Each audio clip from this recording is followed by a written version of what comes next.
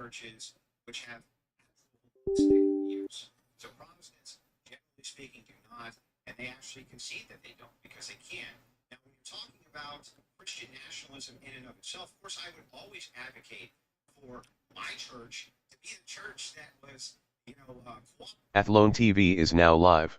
in some cases, Streaming World of Warcraft, SoD Ret Pally PvP. same thing with your communism. You don't want communism. You don't want taking communism. You want Bosch brand. You want Bosch brand communism. So the criticism applies to you as much as it applies to me.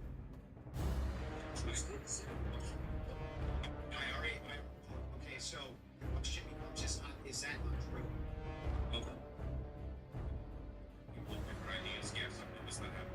Yeah, so you would advocate for your brand of this, whatever criticism you want to give me for the fact that there's tons of sects of Christianity, it's also true of communism. You have that as much as I do.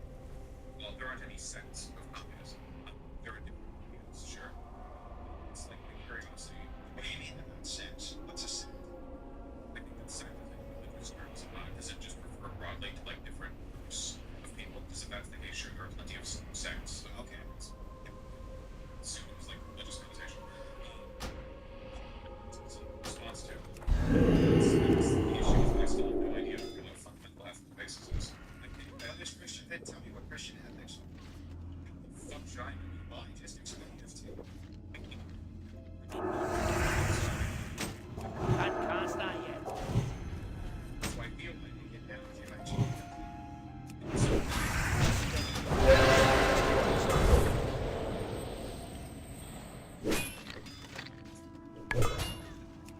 Can't start yet.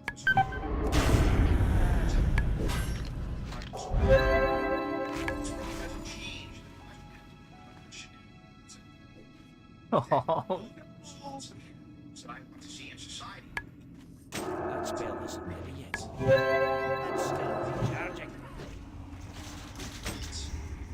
The integration with the state would still be just like They can't join our group. or fundamentally false based on nothing more than your ideas, but you still want to integrate them and see them in society. So we're not here to have a religious debate of whether God is real. We're here to have a debate of whether or not Christian nationalism is something that can even be done.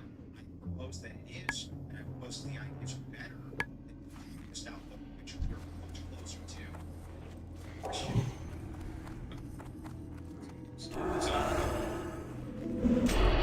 That spell isn't ready yet.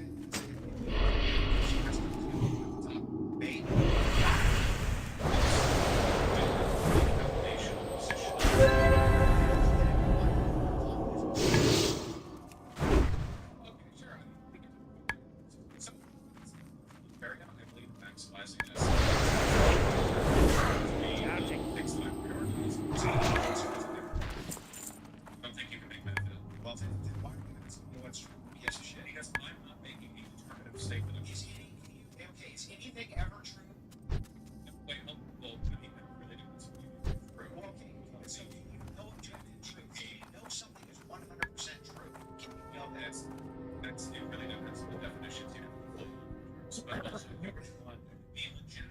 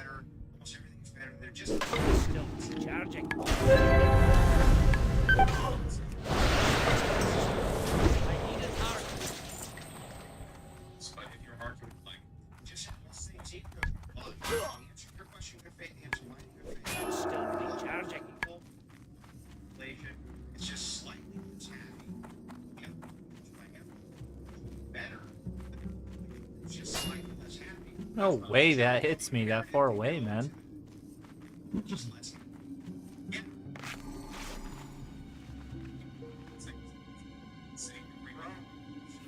Speak the same question. This is the most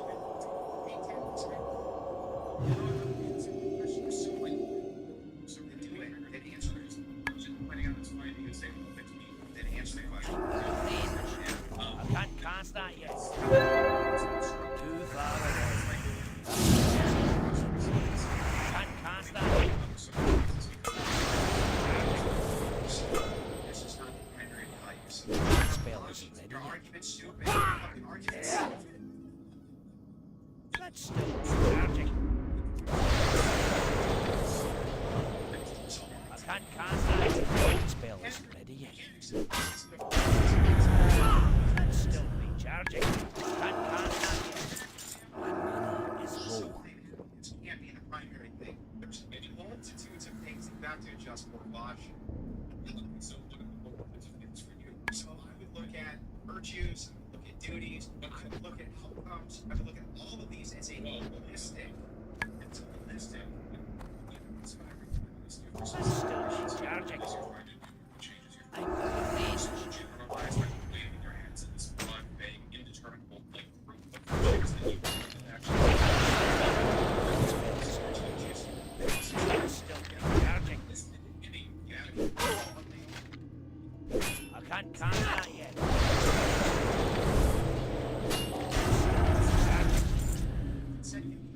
You say, give me a broad overview. When I do, you say, why didn't you give me anything specific? Specific. It's saying about the second one you gave is I know there was Baltimore or something about those are policy positions. You asked for those too. I've answered every question you've had, and you've been as evasive as possible. So why are these things virtues? What does that virtue give you to? So, if you're talking about virtues themselves, about virtue as a morality, virtues of the laws of person to person. Yeah. Person is I can't cast that yet. That spell. So you have a duty, for instance, to obey Jesus Christ's teachings. You have duties to do these things as well. So these things work together. The church itself has given virtues which now right to work. Explains what these virtues are supposed to be, and what you are supposed to have in society, and how you're supposed to act towards other people or towards the other people. It's just, I do. it's the same criticism back. I can't cast that yet. That spell is. That's still recharging.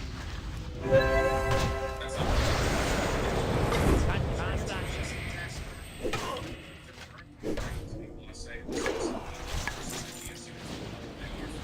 That's still recharging. Still recharging.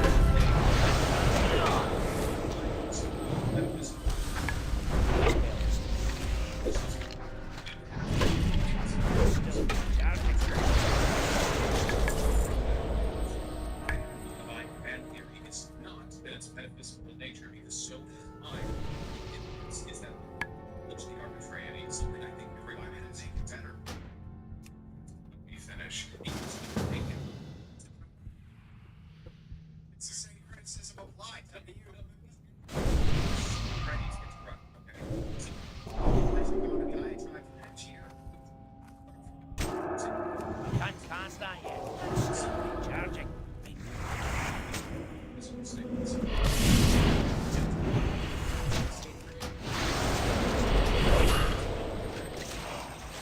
I can't cast that yet.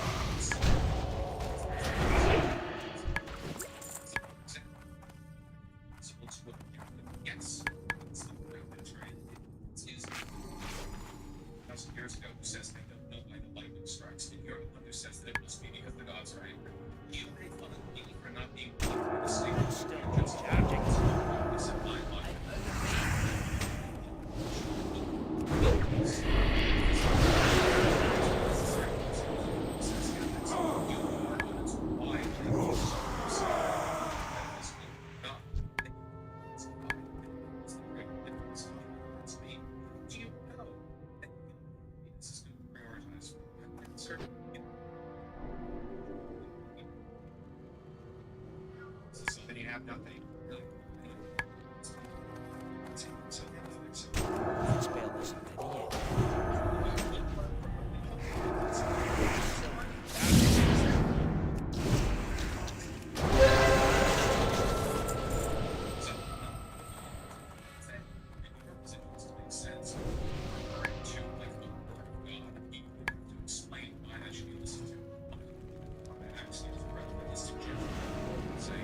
That spell isn't ready yet. I need a target. That spell isn't ready yet. It's still recharging.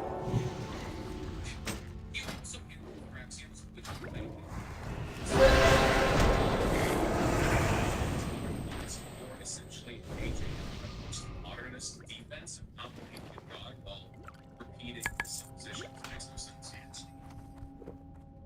you just demonstrated any criticism it's made equally applied to you. You just got done stating that your system is arbitrary.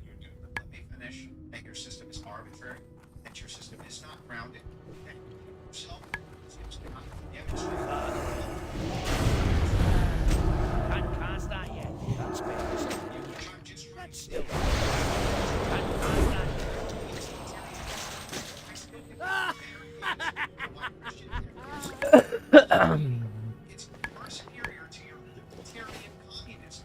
And, hey, it's wrong. That's still recharging. That spell isn't. You refuted none of it. This is Can't cast that yet.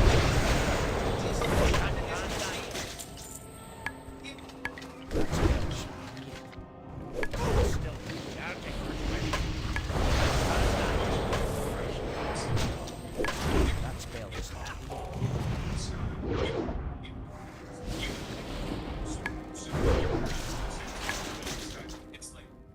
It's like evil logic. I like you're like I in shadow puppets and dance on the walls in front of you. You could like have your okay. It's just well, Vosh, do you agree with me that you existence of God?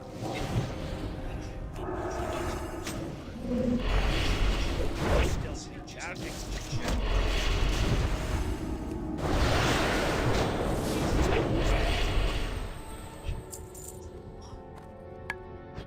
maybe arguing for the existence of that state that you need to because why else would I care about the responsibilities laid on my Why pride? would we care about the responsibilities? We have utilitarian.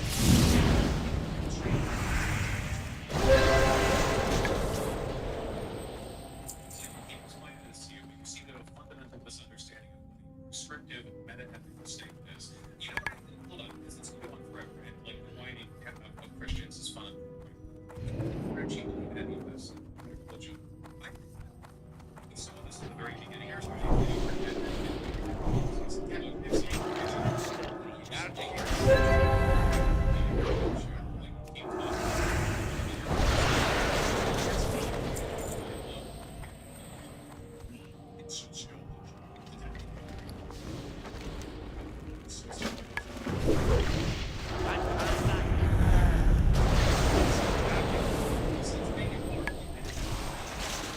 It's like trying to explain sociology to like a monkey. Explaining sociology is fabulous. So it's you that you're better. Right. That's because you don't know what the fuck you're talking You about. don't know what the ethics are right in a great sense. Like you have to begin with. The problem ultimately is that you don't believe in anything you're saying. It demonstrated that it's more a trillion things you can hear to fix up. The cruelty, traffic, vice, and sin.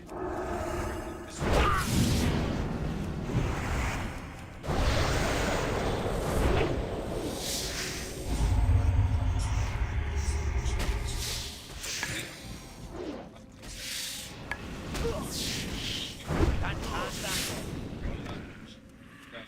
A lot of them, when you talk about what is sin, what is of concern of Christ, there is so much misery in this world. Look, you've seen your politics, and I know what you believe, and you just believe the same shit that like regular fascists believe, more or less. Like the Christian conservatism thing is often like with a very long investment in Christianity. It's a simple thing that just wrap themselves in the flag. Now I'm a fascist. Your name was being public. You also know that that was the debate, and that was explained to you, and you know that it's Okay, guys, that is right.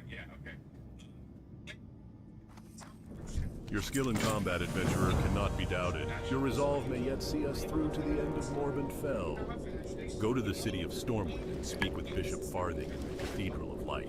Give him Jitter's journal and tell him you mean to face Morbid Fell. Although Stormwind has forsaken Darkshire, Farthing is a kind soul and very wise. He may help you on your quest to save us. Your mission is perilous, but hurry, adventurer. With each passing hour, the shadows of Duskwood grow ever darker. Good, you got the rot blossoms. And I'll tell Althea Ebonlock of the Night Watch that you were killing skeletons. Keeping the people of Darkshire safe is a grim burden for the Night Watch, and news that others are helping stem the tide of fiends in Duskwood is welcome news indeed. Here's your zombie juice. And be careful with this stuff. It's strong enough to raise the dead. You answer now for your accusation. You need to answer for your accusation now that I'm a fascist. Can you tell me what fascist policy I endorsed for? Be careful. No, you didn't say answer. The people of Darkshire thank you, adventurer. You have proven yourself to be a great ally of the Night Watch. The situation in Ravenhill is still grim. The safety of Darkshire is in your hands, adventurer. I don't have enough watchers to keep the town safe. We need you to dispatch for Ravenhill yet again and rid the Eastern Mausoleum of 20 plague spreaders. Notice how he made an accusation. You can't back it up. It was my turn to talk, Watch. It was my turn to talk. Gosh, to get fair, I did talk for a while. Yeah. You did that. Yeah, so now it's my turn. Now it's my turn, Watch. I know, and I'm gonna move it right after we get through this. Let's be very good exact plan. So Watch, you make a claim, and what you do, you do this, and you go, it's my turn, Watch. Hey, Watch, it's my turn. Okay, it's my question. Let me finish it. Answer it. So, one more time. We often do this during debates, where you make these bold claims based on your fields. I'm sorry, I need to do this, but okay. So, Josh, you did make that claim. It's a pretty strong statement. So, I think game choose within his rights. That's clarification. Firely too high. For that, I promise Firelina.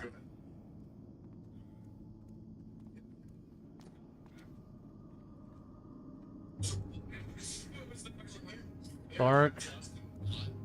Holy fuck, this debate is 4 hours long. Jesus Christ. Alright, what else do I have to do for this stupid quest? What am I on? I don't even know what part I'm on. Seeking Wisdom? I'm on Seeking Wisdom. Give Jitters complete journal of Bishop and Stormwind?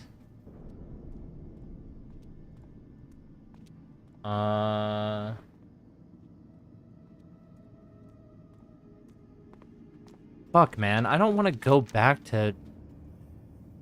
I mean, I have quests to turn it... fuck me. Alright, whatever. Whatever.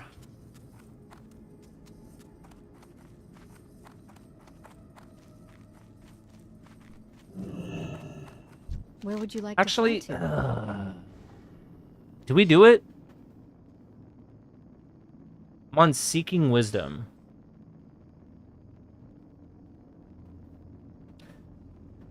Speak with Bishop Farthing in the Cathedral of Light. The Doomed Fleet. Go to Minethil Harbor in the wetlands. Speak to... who?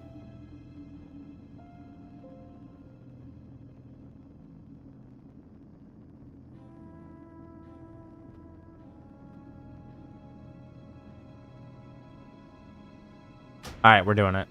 We want this fucking helmet. See you around. We want this fucking helmet.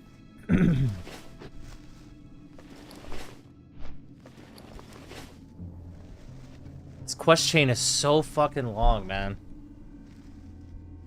All for my Prebus helmet. Alright, while I'm flying a Stormwind, I'm getting a monster.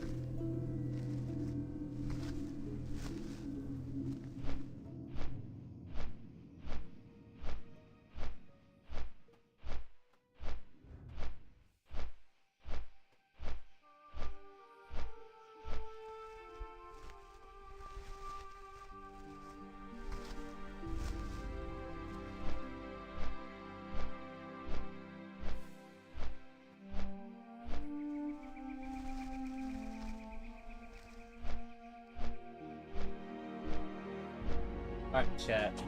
I am not going to bed until I get the fucking helmet and I get Varrigan's Fist tonight. And then I'm pretty much raid ready.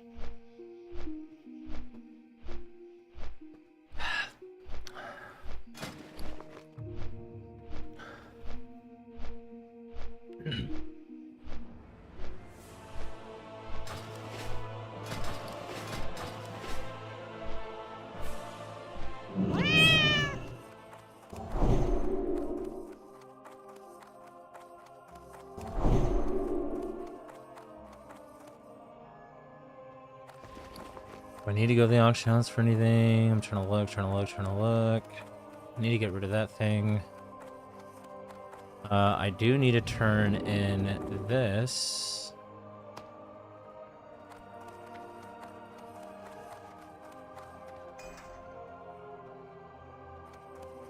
I supply only the finest goods. Safe travels. Have a good one. Oh, you got 500 rat?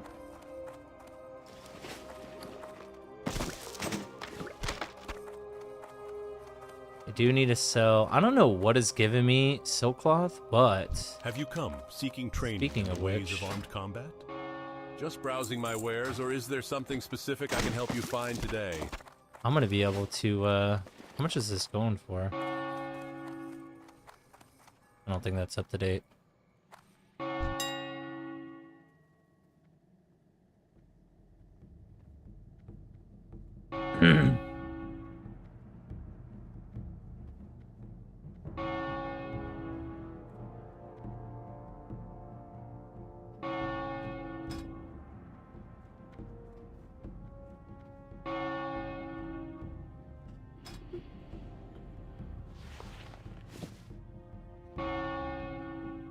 I dropped in price a little bit, but we're keeping it because actually, do we want to keep this too? I need to.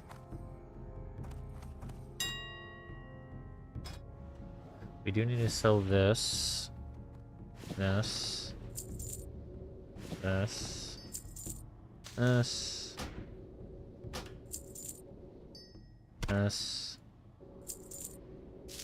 This. Well, that dropped in price dramatically. It's crazy. It's crazy because that on Era, it goes for like 1 gold per, if not more. Sometimes more. But inflation is so insane on Era.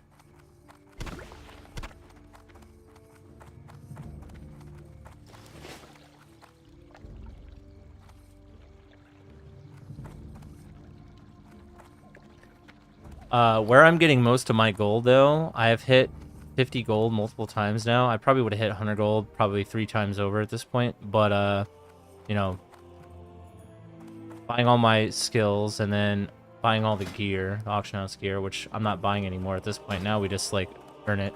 But once you hit 25, the quests double, if not triple, the gold you get from doing them. Which is pretty pog. Alright, first things first.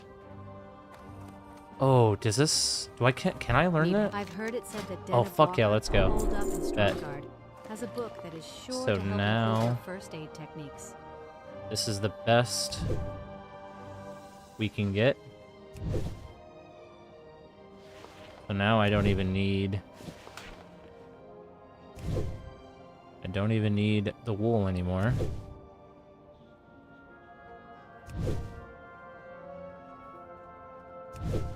We are in-game ready, pretty much.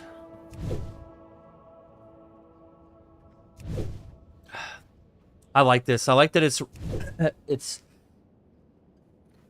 it's releasing the game in phases for level. It's like level cap phases. I like that.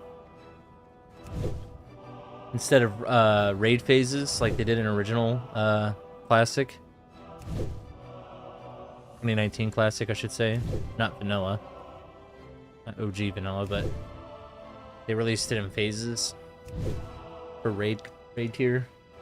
I like this better because I don't feel like I'm behind. Doesn't feel as grindy. That makes sense.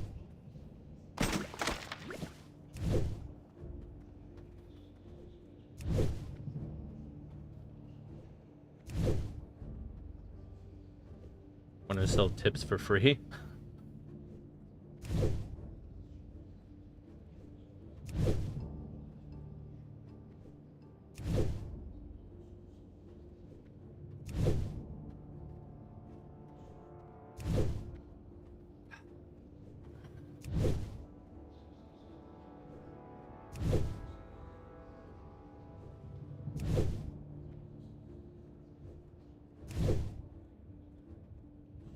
Alright, we are PvP ready now. Besides doing engineering. Good day to you. An evil taint has gained a foothold within the already Dune beleaguered Fleet is the Dust next one, World. right? I thank the light we have a Go to hero such as Menethil you Harbor. to face it, Okay. But you must first prepare yourself for the coming trial. For the necromancer Morbid Fell is immensely powerful and has cast dark enchantments about himself to protect him from physical assaults. If you are to defeat him, you will need a weapon that is proof against these protections.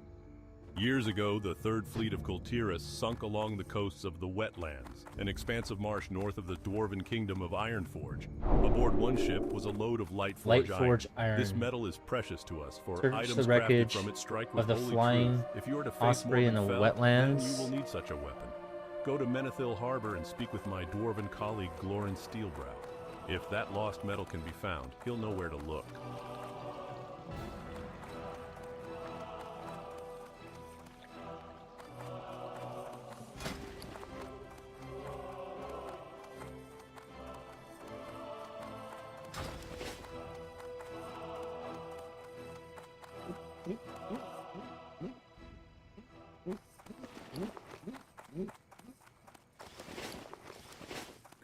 I do want to turn in this one fucking quest.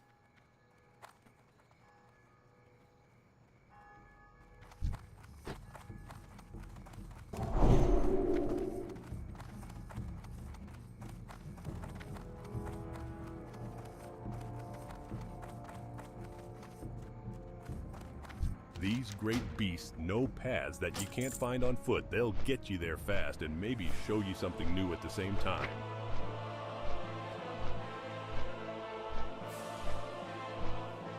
Use battleground assignment template instead of raid assignment template.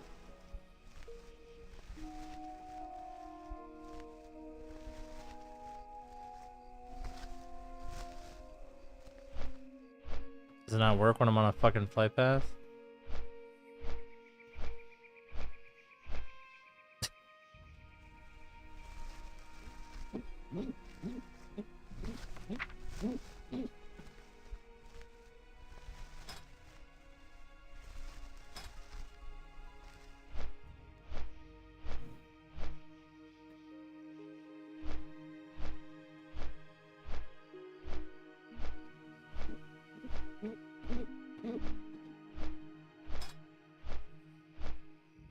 Select the aura you want to track.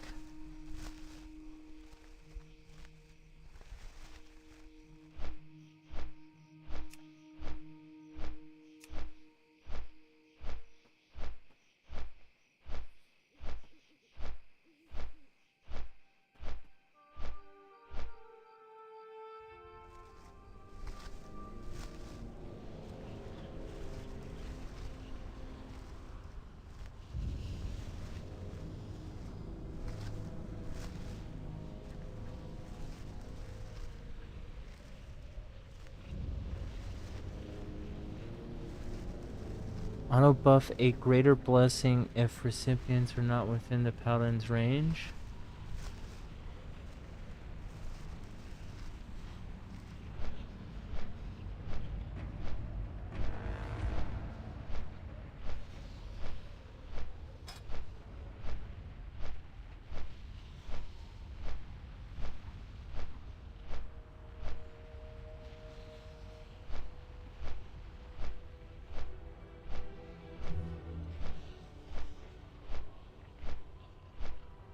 You will be able to buff warriors, druids, and paladins with greater blessings of salvation while in combat. Oops, because in our current culture, a lot of tanks use scripts, add-ons, cancel.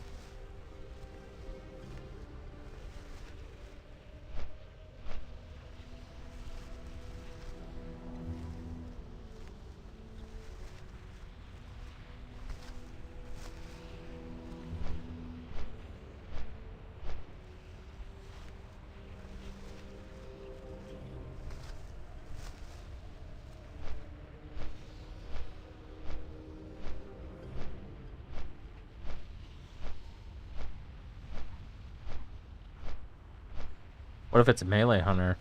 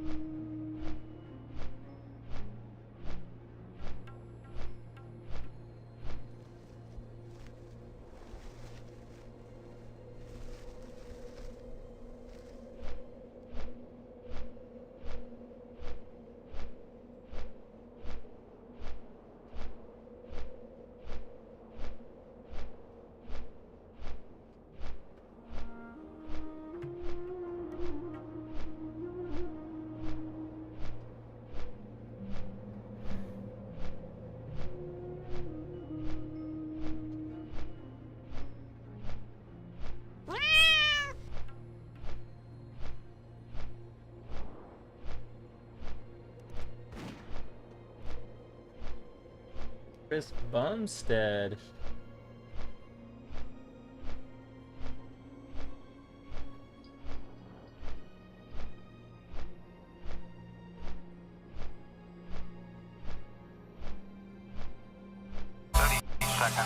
Did you ever think you would make it? I feel I'm so close I could taste sweet victory. I know this life meant for me. Yeah, why would you bet on Goliath when we got Bet David? Valuetainment, giving values contagious. This world of entrepreneurs, we get no value to hate it. How they run, homie, look what I become. I'm the one. Let's see this here to see if I'm getting the audio right or wrong. Chris just taught me how to use this Apple new iPad. I'm used to using the old one. But today, guys, I have not done a bodybuilding interview for probably, I can't even tell you, I haven't done one for probably 4 or 5 years. And there's a reason for it. This is a space I was very interested in. When I was younger, I got out of high school. I wanted to be Mr. Olympia. I went and did the whole thing. And I went to Mr. Olympia. I hung out with these guys to see what the life was going to be like. And then, you know, hey, if you want to win Mr. Olympia, what's the right height? What do you got to be? What's this got to be this? Do I do this? Do I do that? And then finally one day I'm like, Mr. Olympia is not for me. I'm leaving. But maybe later on I'll do something. I wanted to buy Mr. Olympia. So I had a meeting with them 3 months before they announced Jake Wood bought Mr. Olympia. And I wanted to make an offer. And said, no, we're never going to be selling. We don't have this. We don't have that. Then Jake Wood buys. I said, I'm done with Mr. Olympia. I walked away. However, I did a bunch of interviews with a bunch of the guys. And you're the first one I'm doing since then because you're a very interesting profile of a bodybuilder, which doesn't make sense. And let me explain to you why, okay? Here we go with this. Number one, this guy is, Rob, can you play this clip for some of you that maybe he's got himself covered? So he's not showing his arms, he's not showing his body. I just want you to see this clip. I can't play the music because YouTube's not going to be happy with us. You know which clip I'm talking about, Rob? That one right there. Just watch this clip here. This is him at 2 years old. We can't play the music, so this is you. I'm sure you've seen this. Very cute. Sick hat. So that's, yeah, he's got style. Very flexible. Very flexible. Look at this guy here. Good-looking young stud, 10 years old. Boom. Holy shit, he's got muscles and swagger. Damn. 18 years old. Is that 5 plates? Too. Jeez. Yeah, you're rocking the bun, dude. And then you come to 19. Okay, I can do something with this body. And then 20. Then all of a sudden, you go to 21, shoulders popping out. You're seeing a difference now. Waist staying small. Look at that waist. Very hard to keep it the way it is small. Still haven't eaten one carb. Yeah. 24, 25. It'll come up and all of a sudden show you where at. This is when you start winning. 25, the beard shows up. There it is. 26, and then boom. 5-time Mr. Olympia, classic champion. And it's interesting because you're the most followed guy in bodybuilding outside of Arnold, I believe. And Arnold obviously has had a run rate for many years. And, you know, he's a governor, actor. He's the GOAT in the bodybuilding space for doing a full life, everything that he's done together. But you got 22 million followers on Instagram, 5 million, nearly 5 million on TikTok, nearly 4 million subs on YouTube. And anybody I talk to from the bodybuilding space, you're loved and you're liked. A lot of people are maybe loved, admired, but not liked. Some are liked, but they're not loved and admired. Very few are loved and admired. And they stay humble and they're chill. And you and I were talking. I was inviting you to a party like, hey, man, I'd love to come, but I got to go somewhere because I'm handling something. I'm like, oh, okay, cool. You're just very straight up about it. And we talked about it. I'm like, look at this guy. Freaking amazing guy. I said, let's have him on. And then here we are talking to the 5-time Mr. Olympia champion. It's good to have you on the podcast. Thank you, sir. It's an honor to be here. A hell of an intro there. I've never seen that video. So You've never seen that video? No, I haven't seen that one, no. Yeah, so that's a video of you, man. What you've done and where you are today. And a lot of young guys look up to you with the way you handle yourself, how humble you are, and you're a champion, and you openly talk about the challenges, and you're expecting a child, which is exciting. I saw the video. You left everybody hanging, you know, twice with the clip. Yeah. You're about to tell us, and then boom, and then second time you tell us, and then boom. So I also like the way you're creating your content. So let's go from the beginning. I got a few stories I want to go through here with you. I want to talk about a couple things with health, obesity, some stats we got here for you. Some of it's taking place within kids. We'll talk about some other things having to do with bodybuilders. I'll show you some pictures of some guys who have won in the past before. I want to get your thoughts on how you look at different bodybuilders, on their physiques, different champions that's been in the game for a while. And then some of the stuff we'll talk about the current state of bodybuilding, the current state of Mr. Olympia, and then I'm sure we'll talk about a bunch of other things. But before we get started, for the audience that doesn't know your background, how did you get into bodybuilding? Was it a natural transition into it where you want to be Mr. Olympia, or was it something like purely accidental? It was definitely a little accidental. When I was younger, I loved playing sports. I played way too many sports to be good at any one sport. That was kind of my problem. I was very athletic. And instead of falling into putting in my training into being a better football player, basketball player, and skill, I fell in love with training and alone and being in the gym and wanting to be stronger. So I was just naturally very athletic. So I spent all my time in the gym rather than practicing skill sports. And slowly, you know, people started to get really good. You know, I started to get beat out in all the sports, and I just started spending all my time in the gym. And then when I was 17 years old, my sister started dating a local bodybuilder, and they're actually now married. He's my brother-in-law. Oh, wow. And he got me into understanding the true depths of bodybuilding, what it really took, the training, the nutrition, recovery, everything. And he saw some potential in me. He's like, hey, I'd love to coach you for a bodybuilding show if you want. And I was like, hell yeah, like, let's try it out. How old are you at this time? That was when I was 17. Oh, wow. But I didn't compete until 2 years later. Got it. So I was still just training up, and then he coached me when I was 19 to do my first show. And the cool thing is he actually coached me for 8 years after that, and we won 3 Mr. Olympia titles together. So from getting me into the gym, teaching me the ropes, to 3 Olympia titles. So he got you. So you guys are 3 together. So then, is that when Hani showed up? Yeah, that's when I switched over to Hani. Got it. And how did that transition happen with Hani? Super natural. You know, Ian, my brother-in-law Ian, he was competing in the Olympia as well. So imagine competing for the Olympia, having to prep yourself, be peak week, dieting, get yourself right. Is he in the documentary that you created, the video as well, where he's also jacked and he's like, I'm excited because I'm actually going to be on the stage. Okay, so that's your brother-in-law. The blonde guy. Got it. Yeah, the blonde guy. Yes. So it's pretty difficult to manage what you're doing while also having the pressure of a 3-time Olympia champion and making sure I come in perfectly. So it was taking away from his ability to compete, and he felt like he wasn't able to give me his all as a coach. So we started talking about bringing in someone new. So he came up and he says, I've taken you this far, you need somebody else to take you to the next level. Was it that kind of a conversation? Yeah. Wow. Yeah. We were definitely on the same page, but he was all for it. He just wanted what was best for me. For him to do. That's not easy to do when somebody says. So what was the difference? Because Hani, for people that don't know, if you can pull up Hani, how do you spell his last name, by the way? It's R-O-R-A-M-B-O-D. He's Persian. I should know how to spell his last name. We talk all the time. This guy is by the way, the amount of people he's worked with that he's helped. Phil has worked with them. Yep. Phil speaks very highly of him. You got Chopin. You got just recently Mr. Olympia champion as well. A lot of people have worked with him. What is the biggest difference of working with Hani versus your brother-in-law? What did you notice immediately? I would probably say the experience of working with champions. You know, there's a level where you understand the basics, and all things in life are like this. You understand the basics, the fundamentals of everything. You can keep getting better at those. And then there's something that only experience really gives you at the top level. A lot of the combination of the mindset, how different everybody's body is, how differently you respond to different stressors and different simulations and all that stuff. So when there was a problem that would occur, maybe in like peak week, you're about to get on stage. Like, for example, this year I woke up and I was holding on to a bunch of water. Didn't really look how I should have. I'd put on a bunch of weight overnight randomly. And you might panic, like, we've got to be on stage in 3 hours. What do we do? You don't know what to do. There's different manipulations you can do with your body, but only so much you can do in a matter of hours. But he's been doing this with champions at a high level for 20 years. He has 24 Olympia titles under his belt that he's unbelievable. Crazy. Yeah. So he just understands how to problem solve and doesn't overthink it, doesn't stress it, and he can just pull it from his experience. Is he driving you by creating urgency, or is he more bringing you down and keeping you calm and we got this under control? Or is it a combination of challenging you? Hey, if you really want this, you got to do this. You know, you got to push a little bit more in this area. This is an area. Does he talk to you like an artist, looking at your body, saying, look at this angle here, look at this here, if we work on this? What is that approach he has with you?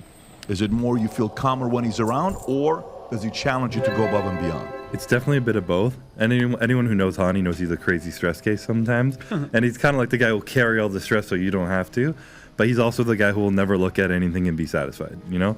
For him to give you a compliment, I maybe got like 2 over our 2 years of working together. Okay. You're like, the second he looks at you and he'll just quietly, he'll give a little smile and a nod, and you're like, oh shit, that's a good thing. That's a normally, compliment, yeah. normally you won't even get like that little spark in his eye. It's just like, all right, you could look the best, feel the best you've ever done, and he's just like, all right, we got to push more cardio, cut your carbs, we got to start doing this now. Like, it's just, what do we do to be better? He's always on that. So you're a 5-time champion, and for some people that don't know, you were born in 95. Yep. You're February 2nd, 95. You're 28 years old, right? It's not like you're 38 years old or 39 years old. You know, you're 28 years old, which means you can go as long as you want to go. I remember when I was in YMCA, and we're all starting to work out. There's a 16-year-old kid. His name is Arthur.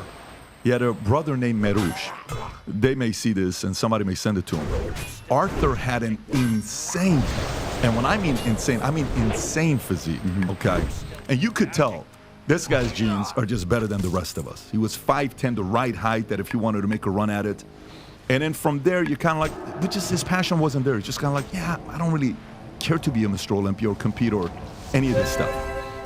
What did you have to do? Because to be a 5-time champion in 28, you're a good-looking guy, you got a great physique, you're going to be attracted by a lot of girls that want to be around you, you can be invited to all the parties, the drugs are going to be there for you, everything you want to go to the places that are going to be distractions, that crowd is going to be attracted to a guy like you, right? How did you at a young age manage to prevent those temptations of getting caught up in drugs and all that other stuff to become a 5-time champion? I mean, I definitely had a phase when I was younger where I was a bit of a party animal, and that's where, when you really look at some of my progression through the year, you can see one year that just flipped when I started to compete at the Olympia, and that was when I really checked out of being, I was in college. How old were you? It was around 2017. So 2017, 6 years, you're 22. Yeah. Was it a flip like you're done? Was it like a gradual, guys, I can't come this Saturday, not that you used to go 5 days a week, now you're only going 2 days a week and then 1 day a week? It was a gradual at first because I had qualified to go to the Olympia for my first time in 2017, and I started to pull away. When I was in prep, obviously I'm in bed at like 8 to 9 p.m. while my college roommates are partying downstairs, and I'm trying to sleep, get up early for cardio. And then that was only a 12-week prep. And then I'd come second that year, and that my first ever Olympia came second place. And that's when I came home and I was like, fuck, like I could make something of this. Like this is, like I can do this. If I'm doing like 60% of the year I'm going all in, the other half I'm kind of partying too much. If I go 100% in and I give everything right now and I take out everything else, I know I can do this shit. Because the one thing about bodybuilders now, you know, look, if you want to find out who has the drugs, who has the hookups to the club, who has the hookups to girls, to anything, go talk to guys that work at a gym. No joke. Guys at sales managers, okay? at Bally's, at 24 Hour, at LA Fitness, at any of these gyms, Powerhouse in LA, any of these places, they typically know every club promoter, every party guy, they know it all. So if you party with bodybuilders, my experience, they were crazy. I was going to say, this is from your own experience? Yeah, they were crazy party guys. I worked at Bally's for almost a year, so to me it's like, shit, we know everybody. And you got access to, you had the ecstasy guy, you had the cocaine guy, you had this guy, you had the steroids guy, you had the weed guy with the best quality. You had everything you wanted, you had access within the gym. So it's kind of hard to, get away from it. And even when you sometimes talk to, some of the guys who are known for having best physiques, the story is always, well, that guy partied above and beyond, and he had a great physique, and he could have been a bigger champion. It's not easy to say no to it, though, because it's right in front of you. Yeah, Chris, so your sister Melissa, IFBB pro, right? So, and obviously you are who you are. Is anybody else in your family? Were your mom and dad, was your dad jacked? Was do you have an uncle? Is it in the bloodline? It definitely have some good genetics. I can't deny that. Yeah, for sure. My dad didn't compete or anything, but there's one picture I always go back to where he was in high school and he was a gymnast and he's at the bottom of one of those pyramids they would build and he's just down there, hands on the ground, just triceps popping out of his mouth. Really? Just and I was jacked? like, Dad, you were jacked in high school, eh? And he just laughed. So Melissa's Melissa's husband is the guy that trained you before Hani. Yeah. How did you guys meet, through her or did? Oh, wow. I was still in high school. She's 5 years older than me. Got you. So he was like 22 at the time. I was in high school. They started dating, and they've been together for like 12 years now or whatever. And he just started. He was competing at the time, and he started teaching me the ropes and coached me a few years later. That's sick, bro. But yeah, Rob, can you zoom out a little bit so we can see the comparison between the brother? Yeah, if you can just click on that. Anyone who knows me and my sister, or has seen us train, seen us compete, my sister had the better genetics of the two of us. Get out. Oh yeah. Seriously? Yeah. She has the better genetics than the two of you. But Chris, I must have met what is Thanksgiving like? Like you're going over to get some stuffing, and they're like, "Yeah, your tricep, dude." Like I don't. Is everybody just judging everybody? I mean, it's definitely funny because people meet me and they're like, "Oh, you're a big dude," blah blah. And I never felt like I was a big dude because every dinner I had at family dinner, I was the second smallest guy or second biggest guy at the table. Yeah. My brother-in-law was always 50 pounds heavier than me, so I never felt like I was that big. Yeah. I was never that strong. He was always stronger than me. Just jacked. Yeah, kept me humble. Yeah, no, exactly. That's cool. That's cool. So, let's talk bodybuilding. So, Mr. Olympia, today, I'm having this conversation, my ideas of what I would do if I was running Mr. Olympia. And I remember I did this one Instagram live. A bunch of guys were on. Phil Heath was on. Kai Green. And all these guys get on. And I said, I want to put $1 million prize for my own contest I want to run. And if I'm not running Mr. Olympia, I'm going to put $1 million for first place. I'm going to run my own open, but I'm going to do it on the same weekend as Mr. Olympia. Here's what I'm going to do.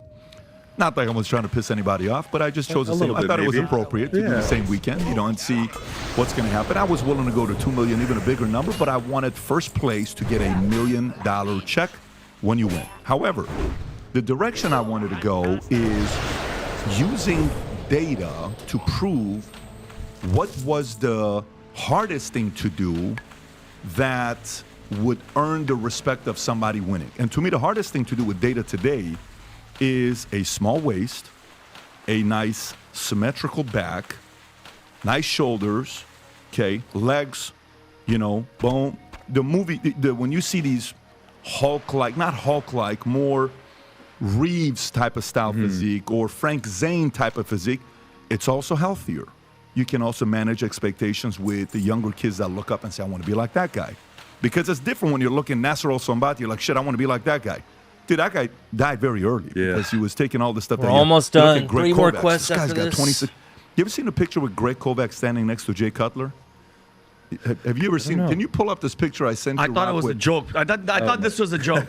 Well, they probably did a little bit of Photoshop with this, but Greg Kovacs was known for incline pressing 7 plates. Jeez. Incline pressing 7 plates. His arms were known for being 26.5 inches. I met this guy 20-something years ago. You're looking at him. It doesn't look real. That looks like they photoed, like his tricep is bigger than his head. Just type in Greg Kovacs just type in Greg Kovacs anywhere else. Type in Greg Kovacs and just go to images, and you'll see what this looked like. Yeah, just go over there, or maybe go some of the other pictures. Oh yeah, his shoulder, his It just doesn't make any sense when you would see his, body, his arms. Put biceps, Greg Kovac's biceps. If you just put that up there, Greg Kovac's biceps, and go to some of these pictures. 26.5-inch arms, 26-inch arms this guy's got. So the younger kids, they're coming up, they're like, dude, I want to have Greg Kovac's type of physique. My idea is to flip it. So if I ever own Mr. Olympia, the open right now, the top prize is what? $400,000. 400, yeah. Right? Okay. And the winner this year seems like the nicest guy who won. Great guy, yeah. Yeah, great guy. Messaged him, congratulations. God bless. Very much about God. Family guy, good guy to be a champion. But I would flip it. I would make the prize for the classic, the bigger one, and I would lower the open one. Of course, that's going to piss a lot of people off, and that's why they're not going to want me to have it as the owner, because that's a different approach to take. But why would I do that? When you sit there and you're looking at the amount of people having health issues with bodybuilding, they're not managing expectations properly. Do you think the current format, the way they have, where for you, when you win, most people don't know when you win, it's only $50,000. Yep. What's $50,000? Nothing. Now, obviously, you don't rely on the $50,000. You make millions on top of millions on sponsorship. And I heard your first sponsorship was $2,200 a month when you first got it. You're like, I can't even believe I'm getting $2,200. Richest I've ever felt. Richest you've ever felt. Yeah. You took your friends out to the bar. You're like, hey, drinks on me. Yeah. What do you think about the current format of Mr. Olympia? And when I listen to you, you sound very diplomatic, and I don't know if you've been trained on how to talk. You know how to give the diplomatic answers. You're very careful on the words you choose. I watch you, and maybe you're going to give the diplomatic answer right now. But if you were, if you and I were able to get in, and let's just say we're running Mr. Olympia, we own it, you're running it, okay? Yeah. You have the opportunity to make a few changes because you're thinking about the youth, you're thinking about the future, you're thinking about the brand, you've given your life to this, you've got 5 championships. What would you do to improve the brand? It's funny because I told my wife before coming I like your style of everything, because I know you call everybody out for giving political answers. I'm like, if I give a political answer, he's going to call me out and not let me give it. So start with that.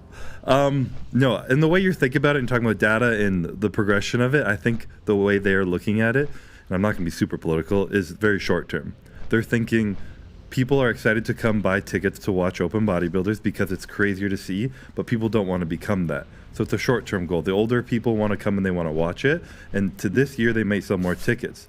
But if you start changing the prize money and incentivizing more people to go into classic physique, and that grows more, that's more of a long-term play where more people are going to be driven to start when they're young to chase that classic physique. More people are going to be following it over years and years, and 10 years down the road, people may look at bodybuilding as something fun, but they all want to watch classic. And now there's a lot more excitement around it, a lot more competitiveness because there's a lot more money to it.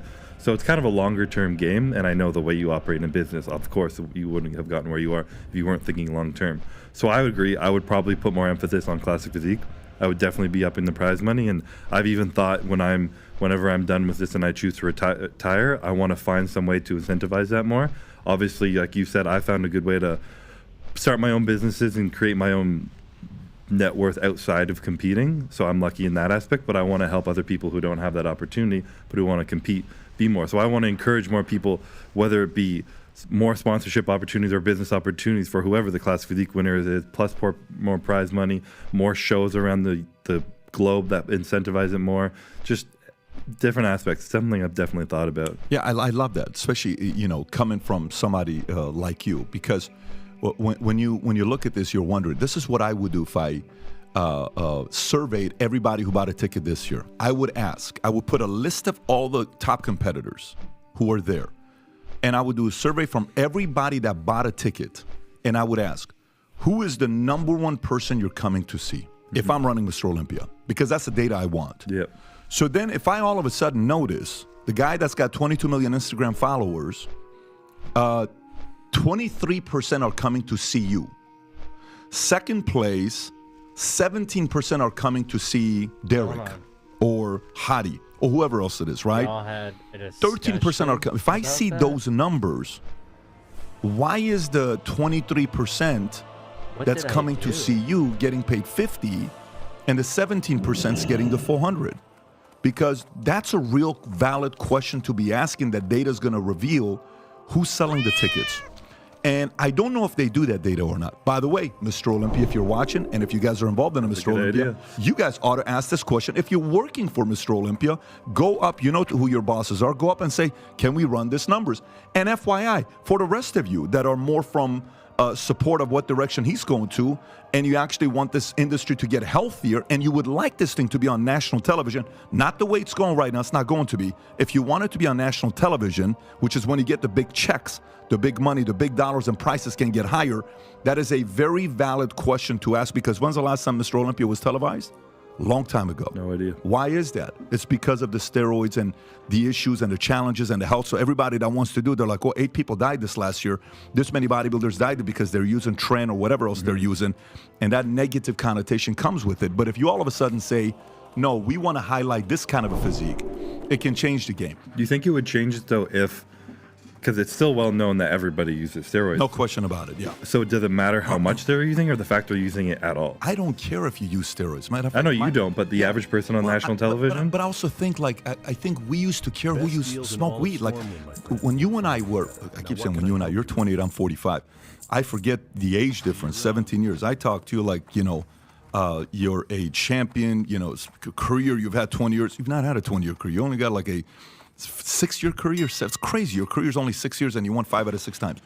No, but there was a time when I was in high school, you would see a guy with a tattoo. You're like, that guy must be a gangster or he's been in jail. No joke. I'm 45. At 13 years old, that's the first thing I thought about. Like, damn, that guy's got a tattoo. He probably killed somebody. You know, it's probably... Yes or no, Rob? Are you like not kind of thinking about it that way? He's giggling over there. Right? Yeah. You're kind of like, that guy skipped school. That guy skips. He's probably a troublemaker. Got a knife in his waist. Today, if you see a guy without a tattoo, you actually ask, that guy's probably got some issues. Beta. He's got some insecurities. He's probably this. Mama's like today, boy. Mama's we boy. Flip it, right? We're like, this guy without the tattoo has the issue. Back in the days, the guy with the tattoo had the issue. 30 years ago, if you smoke weed, like, look at that guy, man. He smokes weed. He's a drug addict. He's doing this. He's doing that. Joe Rogan comes out and says, stop it. Knock it off. You know, you guys, more people die from smoking cigarettes or more people die from alcohol than they do about this. Let's get it under control. I think the education for PEDs, steroids, peptides, GH, they need to look at that. And especially now that we're looking at the testosterone levels for the youth being as low as it is, what caused this? Why do we have this? Why are we not looking at this? Why are we looking at maybe boys are a little bit more soft and pansies? Is there a correlation to the testosterone levels that we have? Why are we not investigating this? Is the world a better place with softer men in a country like this, America? I don't know about that. So what are we doing to protect the future security of the country? You need some strong men with strong personalities and masculinity, high testosterone that are willing to fight, that are willing to put their lives on the line. So who's selling it that way? I don't know. But for me, when I think about the sport, somebody needs to be able to educate the I was kind of excited when Brock was going to buy Mr. Olympia. You remember when that conversation was? I'm like, dude, I hope this guy buys it. Because if him and Danny bought it, guess what? Like, do you know what they would do to them? Like, think about if Rock and... change, yeah. What changes do you think would have taken place if Rock and Danny bought it? I think a lot of stuff, like you were saying, it would be more long-term vision. They'd be running more data, switching over to make it more mainstream. They're all about making something more mainstream to get it on national television, to get real sponsorships, part of it, to get some real money. He was already talking about bringing in Ford and Vossen as sponsorships, which have a lot more money than any of the small businesses. Not small, but medium-sized businesses that are in there now. So it would just start growing like that. Yeah. And look, I don't have anything about Jake Wood. I've never spent time with the guy. I know he is a guy that actually loves bodybuilding itself. And he was a guy that apparently was very much interested in the female bodybuilding side. That's where he was very involved in, and he picked up the brand. But it's a difference between having somebody like a Weeder who loves the game and is a marketer versus somebody that just loves the game. If you bring a guy that loves the game in as a marketer, it's going to be a different story. So I don't know if you'll answer this, but if you don't totally get it, just guesstimation. And maybe because you're in the world and you hear some people say about this, do you think more people come to watch Mr. Olympia? When you're out there posing and the audience is there, what is the size difference of the audience of yours versus the open? Is it dramatically different where the open is packed and you guys are not, or is it about the same? I can't judge that because we're on right after each other. So, like, got it. In the morning, there's 2 stages, and then at night we're on the same stage and it's the same crowd. Got it. So there's not a way to judge that. So, okay, what ways could Mr. Olympia do due diligence to see why the fans are coming to watch the show? Is there ways to find out? Like maybe you would know. I mean, what you said about taking data and doing a survey would definitely help. But I also think that right now, my following and a lot of the people who are transitioning over to really liking the more classic physique look and a more attainable look are a little bit younger, may have less money to travel to Vegas and buy a ticket. But if you start building that up in 5 years now, these guys are the people in the head positions at companies with real careers who can afford it. So again, it's a more long-term play to start building something that that next generation will want to come and purchase tickets for.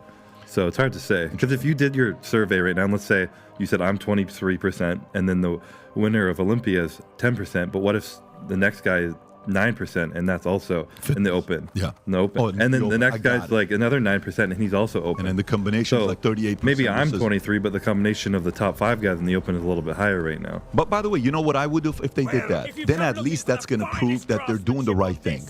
But let's just say it's 2-to-1. Yeah.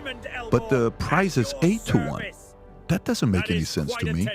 If it is 2-to-1, well then the classic needs to go to $200,000 and the open can stay at $400,000. $50,000? Dude, if I was your manager, they would hate me because I'd be calling them every single freaking week saying, dude, this guy's stepping away because he's going to go do something else. He's already making a shit ton of money. He's about to be a father, family guy. He's not going to waste his time with this. He wants to do something bigger and he's only 28. You guys better change the price or else. I would be the most hated guy when they would get these calls, but I'm not in that business. It would be lucky them. Yeah, no. Just laughing. It would be different kind of phone calls to get. So, on this topic, I want to kind of go through some of the pictures here, bodybuilding pictures. Every time I've had to guess, I showed them. I think the first time I did it with Dorian Yates. Yates started. I don't know if you've seen that one when Yates is, looking at the pictures, and then I did it with. We had Flex and Ronnie and. Brandon Kurt. We had a bunch of these guys. Sean Ray showed up even. I think we did Sean Ray and we did Dexter. Dexter to me, one of the sickest physiques, the way his pictures would come up. Rob, can you pull up some of these pictures? Yeah, I just want to get your thoughts on some of these pictures here. When you think about Mr. Olympia competitors, and we can start off with him. When you think about Sean Ray's physique, historically, everyone's always called his physique one of the greatest physiques of all time. He never won, but I think he's been in the top 3 more than anybody else. There's a statistic about how many times he was in the top 3 more than anyone else. Mm-hmm. What do you think when you think of Sean Ray's physique? I think he had a beautiful classic physique for sure. I don't even think he'd make the weight limit for classic anymore, honestly, because he was a little bit shorter. But great lines, great physique. He had that small waist, and he had that very symmetrical physique. A lot of my physique, I have to pose to make it look a little more symmetrical and give the illusion. He could stand straight on. The more straight on you can hit every pose, no angles or anything, shows you that you're not hiding anything, and it's just perfect. He has, everything bubbling, rounding, pop. How do you think he would do in today's classic? You think he would? I don't know if he'd make weight. You don't know if he'd make weight? I think he'd be a little heavier, yeah. I mean, he looks a lot bigger than a lot of the guys you see right now in classic, so it's hard to say. I don't know what he weighed or how tall he was. What would be the weight? What's the weight you have to hit? It's a ratio of your height to weight. So I'm not sure exactly how tall he is, but for me at 6'1", it's 240 pounds. He would make it. Can you pull up a Sean Ray competition height weight? I like that. The fact that there's a ratio of height to weight. I actually love that. Mm-hmm. That's very interesting. That they 5'6", contest he was 205. 5'6", wow. 205. 215. I think 215 is definitely way over. But I think 5'6" would he'd have to be 185 to 190, if I'm correct. So if he's 5'6", he would need to be 185, 190 to compete. I think. But quote me on the. Even if he gets to a weight like that, do you think how do you think he would do in a classic today? He'd be right up there for sure. He'd be right up there. Okay, so let's go to the next one after Sean. If you got whoever you want to go to next, who's this? Kevin Levrone, one of my favorite physiques of all time. When you look at Kevin Levrone, go to the picture to the left right there, second row. First picture right there. You see this. Just click on it. Let's go to it and see. Look at this guy. Ridiculous. Oh, it's a video. Okay, go back to whatever it was on the... You have to go through. Yeah, there you go. When you see Kevin's physique, what do you think about with Kevin's physique? Again, I mean, all these guys from this era were... So the guys who didn't win the Olympia in this era were just wrong time. They were around a lot of great people. Yeah. I think a lot of these guys, if you spread them over time, would have won Mr. Olympias in their own way. But they were all against some crazy competitors, and he had a great physique. And it's hard to compare a lot of these pictures because back then there was a little bit of a different look. there were some, I mean, in this era, they were still just as lean. Cameras were a little different. You know, sometimes you watch the old videos that are a little grainy and it makes them look more grainy. You know, it's hard to compare now with the 4K cameras and everything. It's a lot different. But he was one of the guys who looked amazing. And this was, I think, peak open size. Him right here? Like this, when his era around I now, see what you're saying. if like open had stopped around that cap rather than keep pushing those limits.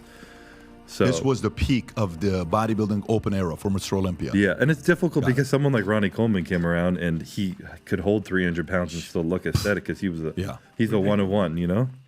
Got it. Keep going. Go to the next one, Rob. Sergio, are these some of the guys that maybe, you know, when you see a Sergio, his son is now competing as well. Yep.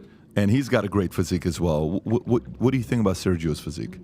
I mean, also a great physique. I think this was back in the era when they were a little bit less dry and a little bit less lean, which I know a lot of people also liked. A little bit healthier as well, but everything progresses. Every sport you see continuously progresses.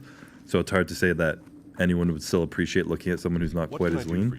But amazing physique. He had one of the smallest waist to arm ratios. All right, here we go. One of the smallest waist to arm ratios. Wow, he had. Yeah, I mean, but just look at his eyes. He looks like a king. Yeah, he looks like, listen, I belong up here. Go to the next one, whoever we have next. Hadi, we have, obviously there's better pictures of Hadi. He's another guy that's loved as well. You know, you talk to guys about Hadi, they have nothing but good things to say about him. What do you think about Hadi? I think Hadi's won it how many times now? 2 or 3 times? The Open? I think he only won it once. Did he? He won it last year, and then Derek beat him this year. Oh, that's right, because, yes, you're right. He only won it once. Yeah. He only won it once, because he won it before as the most people's champion. Yeah.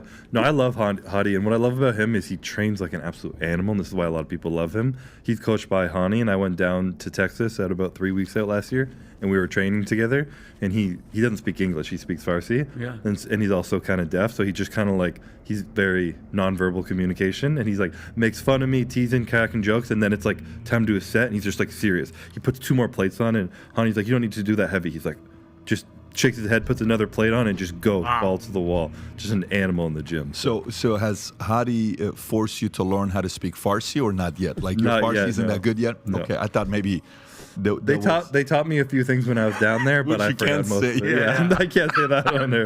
That's for sure. Yeah, there's typically one that they say that has 2-letter K's in it, but they know what I'm talking about. Go to the next one.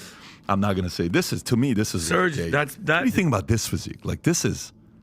Yeah, I mean, you're going to keep pulling up, I'm assuming, some of the greats of all time. And the reason we're looking at their pictures is because they were the best of all time. Yeah, Serge. Serge Nobret is just like... There was something about Serge's physique when you look at this. From shoulders to chest to like that dude, his waist. Yeah. That's ridiculous. When they have that waist that looks like it's like pinched. Like yeah. But that's what you guys... That's when I look at the physique of... I put you guys in the same community because that's the body. Right? That's like the godlike body you want to recognize where, you know, it looks, it almost, the body you look at that you appreciate, it's almost something you're never going to achieve. It has to be the word unbelievable, right? It's not like believable. And some of it has to be not duplicatable because bodybuilding is not about being duplicated. It's about having great genes. Yeah. Like somebody can do all the steroids in the world. Dude, you're never going to look like that. Nope. This is not something that you're going to have. The genes factor comes with it as well. Keep going, Rob. Which is funny because they call classic physique sometimes more attainable. When realistically, it's kind of like the more genetic freaks out there who just have the look you can't work. They call classic more attainable. Yeah. Because it's, 300 pounds versus 220 pounds. It's just... The only thing I would say with classic physique to me is it's just going to get the right audience wanting to come in and see it more. And then you can have the other side for the biggest freak that if somebody wants to have that. But, even Flex, they call this one of the greatest pictures of bodybuilding ever taken. Maybe if not the greatest picture. This is, it just doesn't make any sense when you look at this picture with this guy. His body. He used to do training with Mike Matarazzo on ESPN. Have you had any interaction with Flex? Have you guys? I have, yeah. He still comes around the shows a lot, and I've spoken to him. Yeah, he's a good guy, and definitely one of the physiques that I looked at, and I was like, this is it. Who are your top 5 physiques? Like, who do you think about when you're like your top 5? Do you have a list? I don't have a concrete list, but when I was younger, I really liked Barry DeMay. Barry DeMay. Yeah, he was just you know, an all-American, like good-looking dude who had a classic physique-esque style. I would say in terms of like unattainable things, Flex Wheeler was one of my favorite for sure. He had the twisting back double bicep on his knees. That's one of the craziest pictures I've ever seen. Yep. But Barry DeMay was a guy that I really liked his physique of. Who else? Anybody else that's a random name? 'Cause that's a random name. I like Bob Paris, the way he posed. Yeah. You know, he was a little bit smaller guy, but really good look too. Very like aesthetic. Yeah, Bob Paris's physique. I took some inspiration from his posing routines and stuff too. Were you a Gaspari guy, or you know? I wasn't like a huge fan of his physique, but I definitely respected it. Okay, I liked it. Yeah. Who else? Who else would you put on that list? These are interesting names you're given. Paris, the mayor. I mean, if you ask me the greatest of all time, I'd still say Ronnie Coleman. You put Ronnie as the GOAT. I think so. Yeah. Wow. Not that that's where I would ever want to see the I mean, like that, video, like but that. Look at it, dude. His vein on his arm is bigger than my leg. and there was a point where before he was at the beginning of his career, of his reign, the first like 1 to 2, where I think he looked his best before he put on an extra like 20, 30 pounds or whatever. When he placed 16th, right? Is that kind of what you're saying, or when he won? No, when he won still, okay. and like the year before he won, just Got like at the beginning of his reign. So what year would that be? That's a good question. Put Ronnie Coleman 96 first or so? Mr. Olympia. Put Ronnie Coleman first Mr. Olympia. First Mr. Olympia. Go to the picture to the right of that. Is that the one? No, he was on the left. He's younger. Yeah, look at that. He's young as hell. Look at his dude. His biceps look big. Well, this guy, when he placed 16th, he was my favorite physique I would look at when I would buy Muscle Magazine and Flex. Ridiculous. But when he placed 16, you're like, this guy looks insane. His biceps would build on top of each other, and he had the layers on top of each other. There's something too that like I always see the bodybuilding community just loves and respects about someone who's no bullshit, just loves to train, no drama, no gossip, just like in the gym, kicking ass, leaves and does their own thing, stays in their own lane. There's always people who come into the world of bodybuilding and people just love those people because a guy like him, a guy like him, yeah, not just a happy-go-lucky dude who just trains hard as fuck in the gym. Yeah, people just love it. And I remember when I interviewed him, I said, Ronnie, have you ever gone to a fight in your life? Never. I said, you ever had a fist fight? Never. You've never had a fist fight? Never. I mean, if you look at the guy, you're not going to want to fight him. And then I said, you ever punch somebody in the face? I've never punched anybody. I said, not even as a cop? Never. He says, well, I did punch. And then he started saying a really classic story. He says, yeah, I was a cop, yeah, baby, but not. So click on that one right there, Rob, to the right, that shows all the years. Well, no, what you just had right there. Yeah, click on the bigger one. See if it does. Is it a video or... So let's see this one here. This is kind of transition from 98, 2000. Look at 01. Wow. Look at that 01 picture, Vinny. Jeez, dude. Yeah, so you put him at the top. Rob, do you have any of the pictures of Chris and Arnold right next to each other? This is the main one that everybody compares. Look at those physiques. Go to the next one, Rob. Look at that. Look at the stomach. It's so crazy. They just keep going. Keep going. And Chris, that's just that's 24 hours. You just, everything you eat, everything has to be methodical. You can't even slip up at all. Yeah, I mean, every single year I've competed, it's gotten more and more locked in, and you can keep seeing results, you know? It's no joke. This year especially, because I have a lot more going on now with the businesses and travel and just life, I started to realize I was kind of overexpending myself on too many avenues, and, you know, if you want to be the top 1% in anything, you can't be the 1% in the next thing next to it. It's got to be one. So this year, at like 10 weeks out, I'd been traveling too much. I was a little too stressed. My body wasn't feeling too hot. I was in Canada, and I wasn't sleeping. I was overthinking. I had too much stuff on my mind, and it was just my body was in a high state of stress. And I tore my lat. I lost a bunch of weight. All this shit was going on, and I came home and I was like, "You're Mr. Olympia. Like, you can't do this by being a business owner and doing travel and all this shit. You have to just be Mr. Olympia right now." And I shut everything else out. I told my partners, I'm like, you got to take over the business and everything, because I got to do this. And I just, everything was sleep at 9 o'clock at the same day, wake up, do cardio at the same time, eat, nap, train at the same time. Everything was just perfectly regimented for the entire prep. Chris, so, and this is when you went from 262 to 250, lost 12 pounds. Yeah. And yeah, it's a wild thing when it happens in that world, because psychologically, you're like, wait a minute, what is this all about? Yeah. It's a tough moment you're going through by yourself. And it's not like you're playing basketball or football that you have a teammate to rely on to come through that day because you're off. No, you are your teammate. You are the guy that everybody's looking at. The pressure's a different pressure. Go ahead. Well, I just realized that we look like hitmen for the mafia because we're both wearing black. That's how we make our money. That's how we roll. It's just we don't tell people. So Chris, seeing what like a lot of these Mr. Olympias like health-wise have to deal with after, like Ronnie Coleman's back. Like I know because I followed his whole career. I felt really bad because I saw him like in a wheelchair and his back was messed up. To Arnold and his heart and all and a bunch of other athletes. But does that scare you at all the strain that you're putting on your body now? I know because you spoke about this before on podcasts that you have an autoimmune disease with your kidneys. Yeah. Correct. And now that you have, that's one question. And then now, we just mentioned that you have a kid. Congratulations coming. Do you know if it's a boy or a girl yet? I do, but I'm not allowed to say. When I say, gonna say it, but and like, is it worth it, Chris? Because I don't know how many more you want to keep going for. Mm-hmm. You know it's stressful. You know it's tolling on your body. You know what the future, if you keep going, holds. Is it still worth it? Because right now you could comfortably stop with your businesses, with your name. You're crushing it, and good for you. Is it worth it that now you could leave comfortable, or are you gonna just keep going because that's your dream, that's your vision, and that's what you want to do? It's definitely a consistent question I ask myself every year, and I've been very verbal that I take it 1 year at a time. Mm-hmm. There's going to be a moment where I don't want to.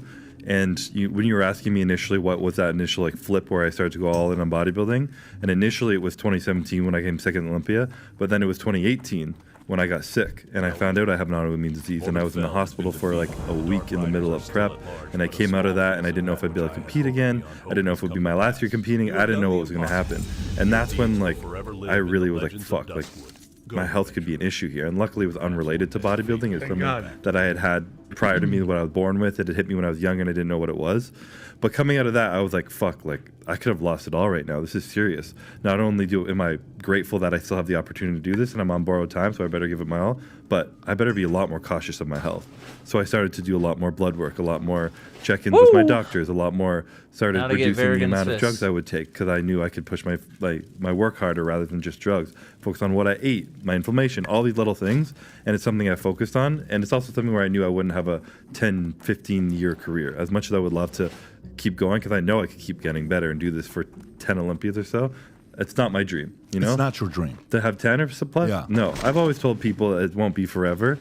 I still don't know how many it's going to be. Right now, I've been getting healthier over the years, not getting worse. So that's a huge sign for me that I'm still going in the right direction. My physique is still getting better. I know I still have more in me. So I still take time after the Olympia. I do my blood work. I do my check-in, and I just kind of check in with myself, see how motivated I am to keep pushing and how my health is doing, and then I make my decision, am I going to do another one? Why do it? Why keep doing it though? Because the more you do it, are you getting more sponsorship money, and are you seeing money coming from elsewhere increasing? Like, you know what I'm saying? Like, is there a correlation between 5 Mr. Olympias and, we made $16.2 million the last 12 months. And on the fourth one, we were at 12.3. And on the third one, we were at 6.7. And on the second one, we were at 2.1. And on the first one, we were at $380,000. Mm-hmm. Is there a correlation with you more winning and more income and revenue coming in, or not yet? I think in the first 3 to 4, there definitely was, and whether or not that was also just time, increasing at the same time. But now we actually just had this question asked to us the other day if we thought that me winning the Olympia has a big spike on the business, and our answer was no. We've established the business to be bigger than myself now, which was always the goal, and I don't think it is anymore. And I obviously don't compete for the $50,000 check That's at exactly the end what of I'm the saying. year. So and the reason I've never really pushed into caring about that check is because it's never why I've done it. And even if it was $400,000, I don't want $400,000. My goals monetarily are bigger than that. My businesses are always wanted to be bigger than that. I've never competed for that. When I compete, it's for the legacy that I can build, that I'm proud of. It's for the challenges that I know. When you push yourself through something very difficult, that's how you learn about your true self. You uncover new levels that you can reach, new parts of yourself you didn't know about. And then when I'm at shows and I have moments of, after my speech that I can give talking about hardships I've gone through, when people can relate to me talking about the stressful moment, to me losing a bunch of weight, tearing my lat, wanting to quit, all these things and not quitting. I have kids from 12 years old up to 30s or 40s coming up to me, and these kids could write me a letter and they'll do something very personal, like, this is for Christopher, not Sebum, because they know I don't, Sebum's not me, I'm Christopher. I've always stayed true to myself, and they'll be crying, tell me about how I've help them and how my journey and my stories motivate them. And that was never my intention, but just by going through this, I know I'm helping these people push themselves and try and create better versions of themselves as well. So while it's increasing me to be a better person, making people around me a better person, that's really what drives me consistently to keep doing this, and what I love so much about bodybuilding, and the journey and the suffering that you go through to excel yourself as a man so much more than a bodybuilder. That's really what drives me now. And like I said, I think I have I could probably win 10 Olympias if I wanted to, but I'm going to pull earlier than that because of these reasons. What's worth it? What's a bigger regret I'm going to have in the future? Having 10 Olympias or being sick? Yeah. Obviously, I'd rather have my health. That's why I'm asking the question. If because but that's why I said you're loved and liked and admired. It's very hard to have all those three. Very, very, because you can act and have all those three. Mm-hmm. The only way you can have all those three is to be all those three, and you are all those three. So it's not hey, Christopher, what's the 17 steps to be loved, liked, and admired? You can't do it. It's genetics. Yeah. Part of it is your personality, your DNA. That's it. There's a part of it that you're. So, but let's go back to that. So, Michael wanted to be the GOAT. Mm-hmm. So when he stepped away at 3, and we've all heard the stories, Last Dance, was it his father? Did David Stern say step away for a year and a half? Then he comes back. But he stepped away from the game and wanted to go do baseball because, his original love was baseball. And then he comes back and wins 3 more. But Michael wanted to be the GOAT. He wanted to be Magic at 5, I'm going to have 6. Mm-hmm. It was one of those things, right? Brady comes, which I was with Brady, a couple months ago? We had him at the event. And I said, the 7 was 7 because you wanted one more than Belichick or one more than Michael.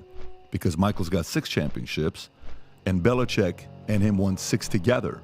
So did he want to win a 7th to say, I've done one more than 2? Now, obviously, publicly, you may not reveal the true internal motives and drives to anybody else. You're like, yeah, no, it wasn't the reason, but you know what? I just kind of wanted to test myself. Mm-hmm. That's the right answer to give. And then there's the answer of, no, I wanted to give him the middle finger and tell him, I can win without Bill, and I can win one more than Michael. And people got to stop saying, that guy's the Jordan of the industry. No, they got to start saying, that guy's the Brady of the industry. Do you relate more to a Michael and a Brady when you're by yourself, or do you relate more to a Barry Sanders, a Calvin Johnson, some of these guys that left the game? I don't know if you know who Calvin Johnson is or who Barry Sanders is. I know Barry, not Calvin. Calvin Johnson, Megatron. Number 81 for the Lions, right? The guy was and by the way, one of the greatest physiques in the NFL ever. Both of these guys, just put NFL, Calvin Johnson was one of the greatest receivers ever, and they retired early, and they stepped away from the game. And whenever anybody would ask the question, say, Barry, why'd you leave so early? Yeah, I just left early. Yeah. If you would have kept, you would have been past Emmitt Smith. Everybody knew that. That's not what I'm doing the game for.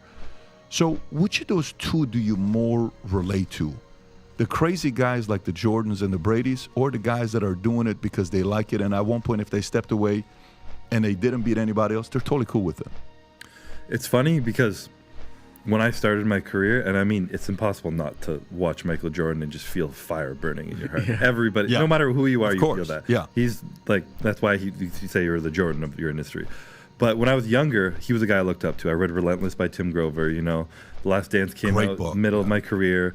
A lot of these things going on, and I was like, fuck, kill everyone, fuck the competition. I want to beat this guy, hold a grudge, all that stuff. I felt that, and I was like, hell yeah. And then I started to kind of think about that, and it didn't line up with me. I read it and it lightened me, but it didn't line up with who I was and what I wanted to be. I wasn't so much of I want to sacrifice my whole life to do this. It was like, no, I actually realized that I still get more joy from the relationships with my parents and my wife, and I like being friends with people and being friendly. I'm more lighthearted than that. I'm not the aggressive guy who's going to kill you. I'm just going to show up and do my best, and I'll try and bring everybody else around me up too. And I really realized that through part of my career, and that was when I realized that my goals weren't external to be the best compared to someone else. It wasn't the best to be in 20 years from now when someone else is trying to win, be like, no, you can't beat me because I had 8 and you can only get 5. It was truly... That does nothing for you. No. Okay. I can't say nothing. Everyone likes that a little bit. I love the fact that I'm the champ right now and what comes with that. But what drives me more is truly being the best man I can be, and knowing that will lead to me being the best father I can be. And that was I've always been verbal about that. The number one thing I've always wanted to be in my life was a dad. And if being 10-time Mr. Olympia would take away from me being dad, fuck 10 times Mr. Olympia. That's not what I care about. That's kind of what I figured. That's kind of what I figured. So if that's the case, I'm gonna play the role of a manager and agent here without being one. All right. And I don't benefit from you doing anything. Yeah. Okay. I don't make money off you. I don't get anything from you, but I like you a lot, right? Just like from a fan perspective, just seeing a guy, I'm like, you a lot, right? Just like from.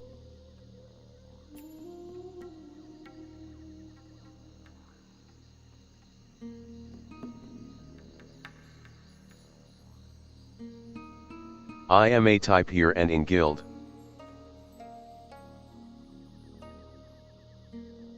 Bet.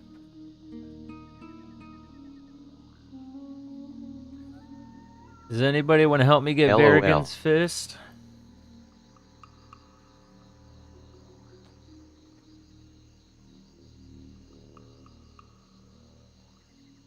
So are you Money Mike or are you Morphine? Mike. Nice.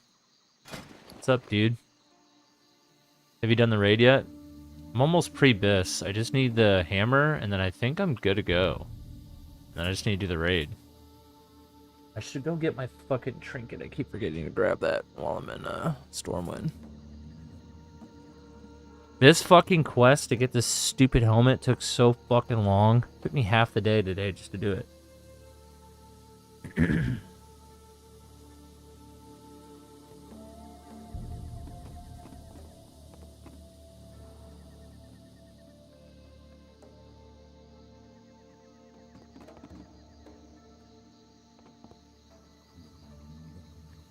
So I have to kill the undead with exorcism for this to count.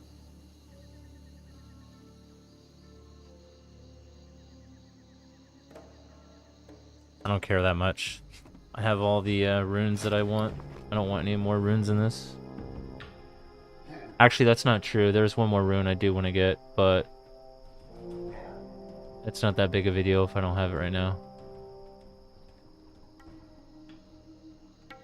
Rebuke is a bait. First of all, it's in the GCD, which is terrible, and it's only a 2-second interrupt, which is like awful. Now, if it was a 4-second interrupt, that would be good. This is just better in every way. Does good damage. Thanks for following, brah. It does good damage, and it slows the target by 10 seconds, which is. If you don't have this against hunters, you have 0 chance. Even though you don't really have a chance against hunters right now anyways, because they're broken. I think it's funny they've been nerfed 3 times and they still are broken. A fully geared hunter, like their pet, will just kill you. I was fighting a hunter earlier. His pet did almost 4 times the damage he did. 4 times. Hunters are disgusting. Time is money, friend. Glad I could help.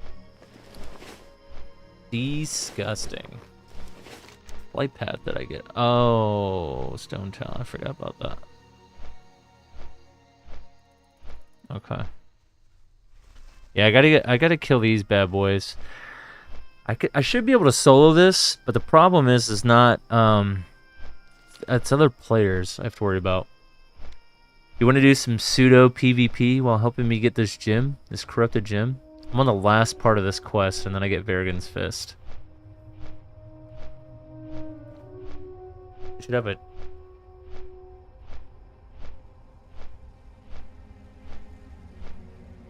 That sounds awful.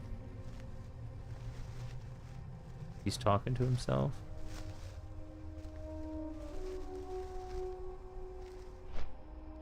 Recordings of the shit I say. Really awake, he was about to go. What are we talking about here?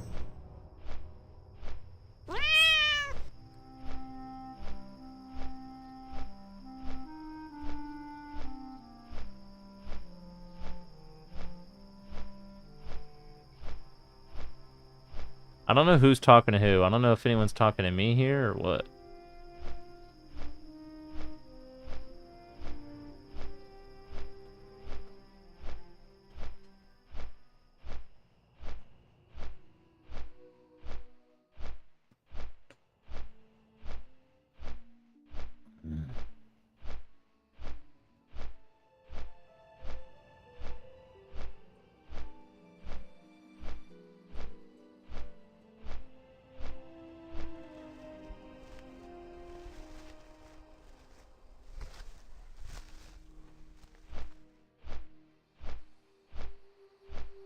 think this is the final part.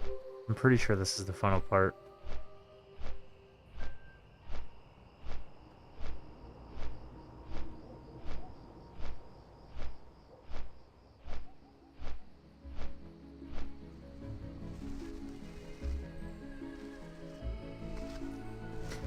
Hey, Mike. Or Wrath Scallions, whatever you go by. How do you get... I haven't really done the PvP event out here yet. I just dinged 25 not too long ago. Even though I've done some PvP. How do you get the mount?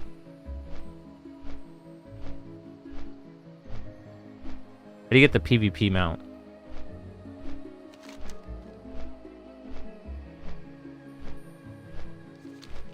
Friendly with Silverwing? So basically just queue up Warstone Gulch. Plus 10 gold. Buy it from vendor in Ashenvale. At Astronar.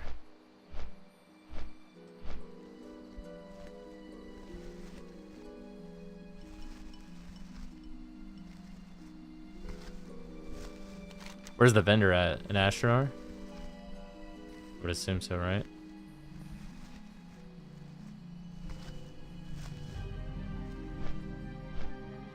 I don't know where he's at, though. I don't know if this add-on updated.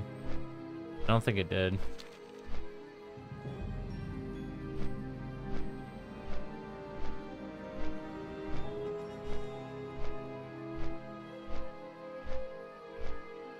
$62.84.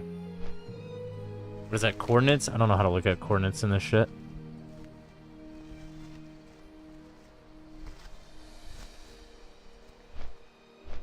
$62. So he's over here somewhere? 84. So he's down. Oh, down here? South. Oh, this guy. Yes, T-Gare. Oh. That's funny. I actually see. I'm normally a horde player. I did not know that makes sense actually. I'm kind of retarded because the horde vendor is over here. Up here on this side of it. Oh, that makes sense.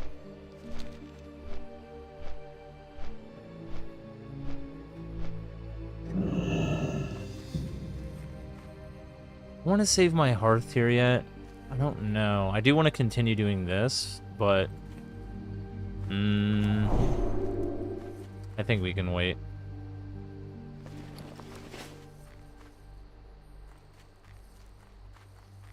Thanks, guys.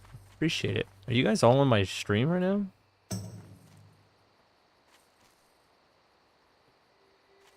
Where is my...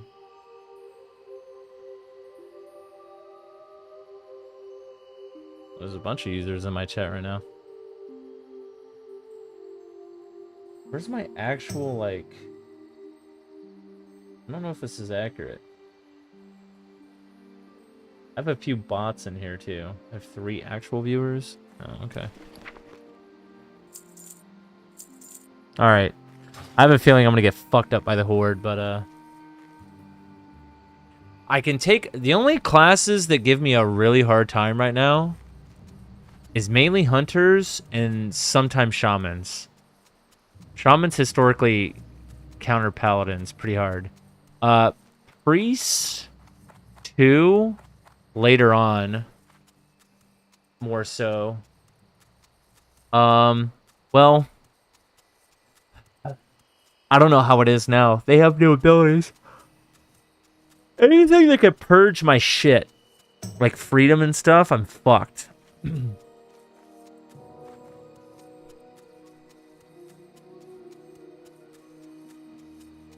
If a hunter can stay far enough away from me to where if they can keep 40 yards, I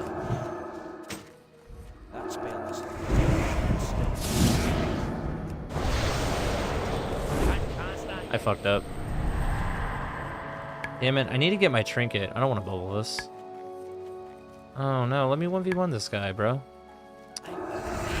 This little pussy rant. Bro, penance is so dumb.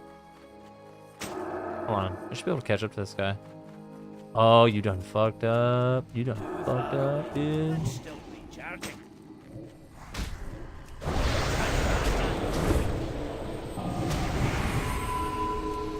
Oh, got the stun, baby. Oh my god, so annoying. Yeah. What a weird fear path.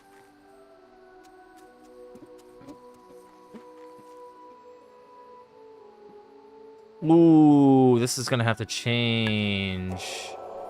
'Cause I need to see that. Oh no. Okay, we're gonna have to figure something out here.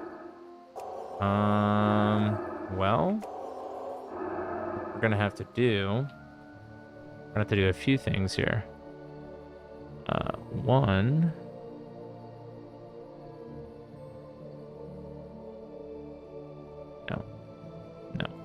No. I don't remember the name of it. This thing? Okay, this thing needs to... Nope. We need to go up to about there, I guess? And then... we need to move this. Which I don't remember if that's SUI.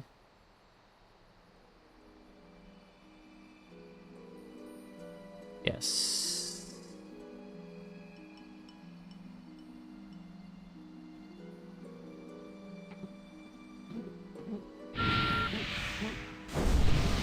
Bro.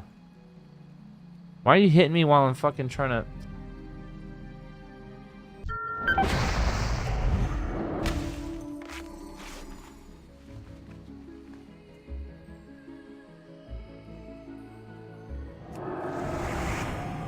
Dude, my game is lagging. What the fuck?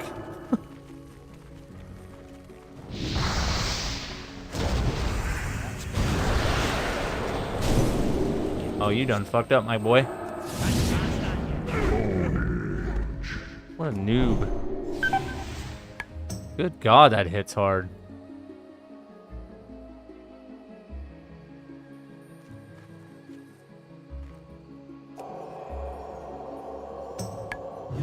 Alright, at least we fixed the, yeah.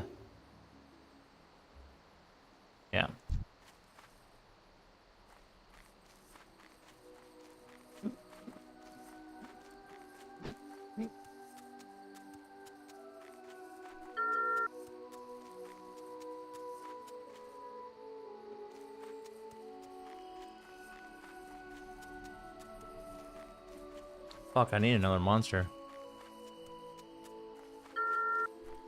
What do I need to do tomorrow? I need to get a haircut. Hey, can I buy my PvP trinket? Like the one that gets me out of like stun, fear, polymorph shit. Can I buy that at this Silverwing guy, or do I need to go to Stormwind only for that? Does anyone know? Because I don't remember. I know for a fact I can get in Stormwind, but can I get it at the Silverwing guy? The Warsong guy?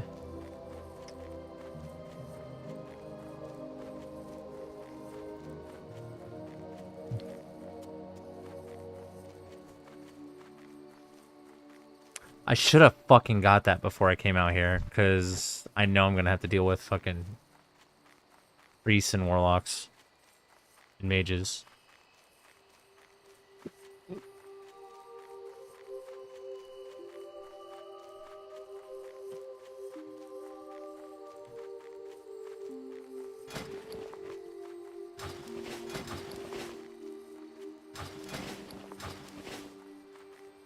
Why is my health so low? I feel like it should be like 1k.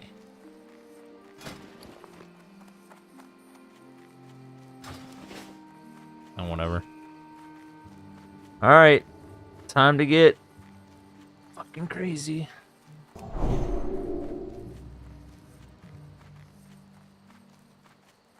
I don't know what they have. I bought them out and ran off.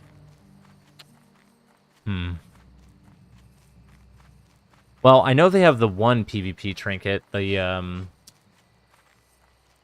DPS one or whatever the fuck. But the one that actually gets you out of crowd control.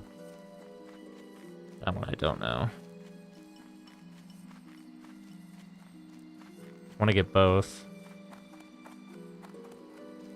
How do I check my...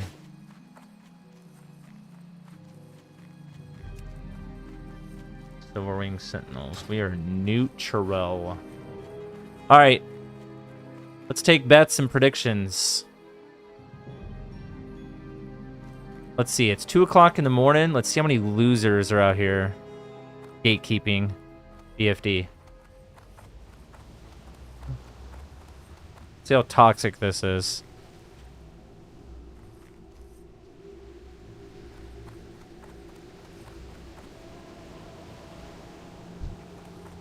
Has anyone done BFD yet? The raid? Is that hard? Oh god, here we go.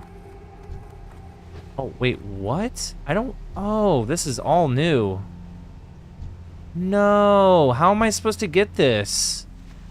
This isn't here on Era. This is all new. What the fuck?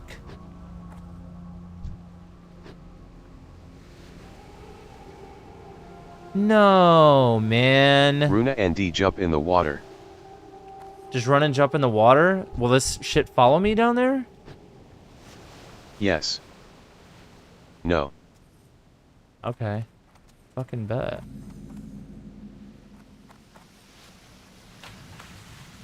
Yeah, all that shit's fucking brand new.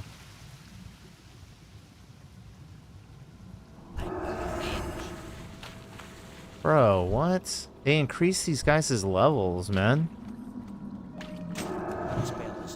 Oh, this is not good. I don't know if I can do this. I'm about to get fucked. Did he just disarm me? This motherfucker just disarmed me, bro. Bro. Oh, now I'm gonna die to this fucking hunter. I need help. Dude, you're such a fucking cock.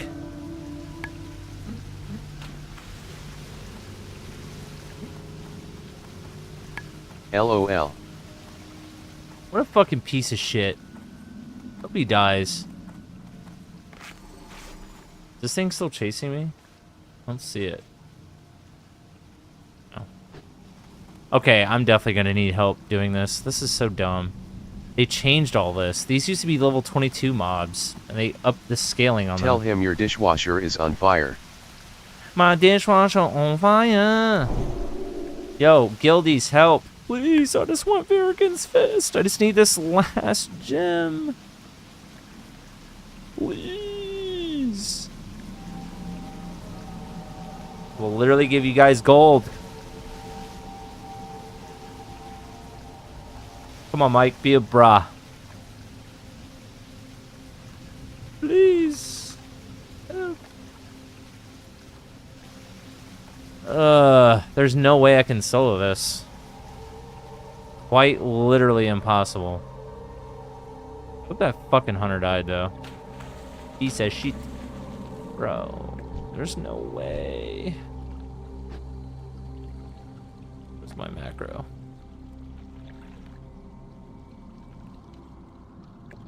I love you, Mike! They can't join our group. Can't join your group. Why can't you join my group? They can't join our Oh, you're already in a group. Yeah, dork.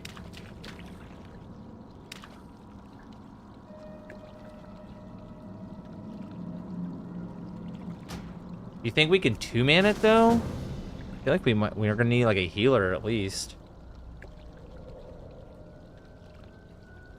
The good news is there's not a 1,000 Is this quest inside the dungeon? Because I didn't see a quest giver outside. Invite Nikki when she logs in.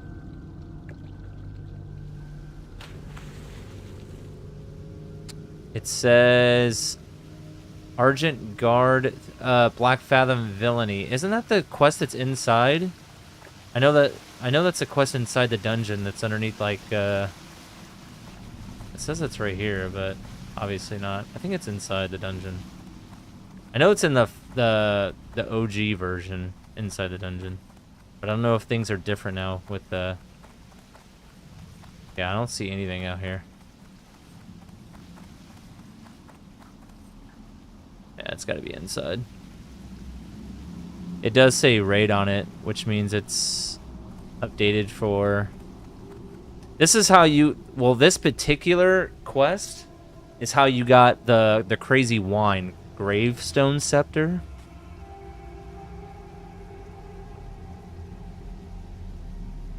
It's called Black Fathom Villainy.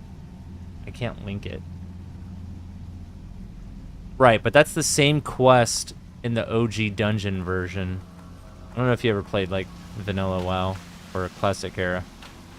That's how you get the level 19 Twink Wand.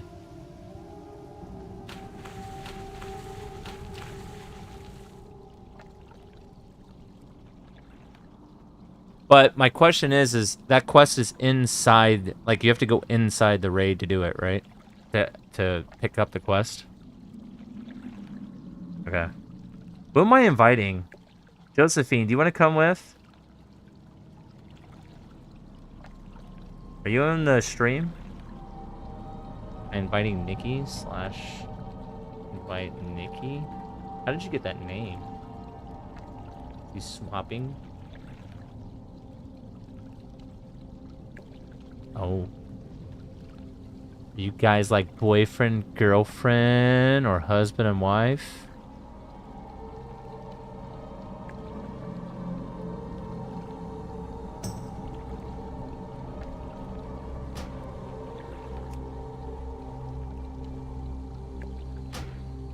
Damn. Let's go, Nikki. Let's go.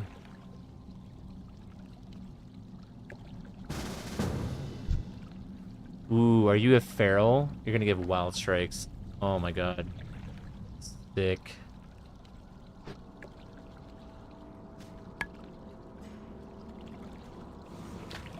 I like how they made it to where basically everything is like super viable now. I would help you, but I feel like... Oh, it don't matter. Whatever, if you want to heal, I will not complain about that. I'm just happy you guys are helping. About to get me Verrigan's Fist, and then I'm literally raid ready. I don't think I can get anything better than what I have. Yeah, everything else you get from the raid.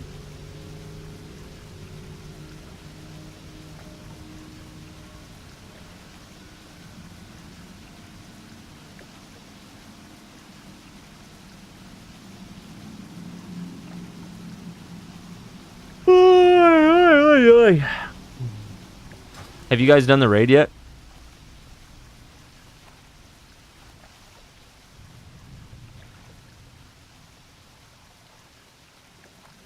Oh, bet. I have no work tomorrow night. You guys want to invite me? It's just a 10-man, right?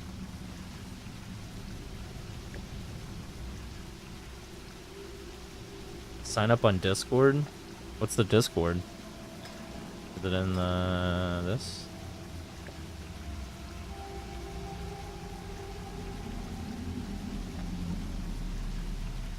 How do I copy this? Do I have to type that out? I don't fucking know how to do that. Discord. Won't let me. Can't control click it. It literally won't let me. Can't even highlight it. Control C in the game brings up my character info. Maybe that's an add-on. Maybe. I don't know. I guess I can type that insanely long link.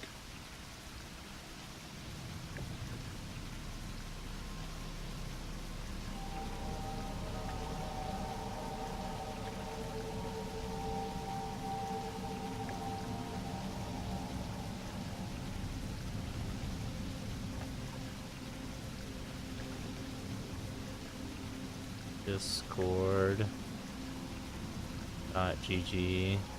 /E, capital Q, 6, capital V, lowercase b, 7, capital B, lowercase d, lowercase d, lowercase m.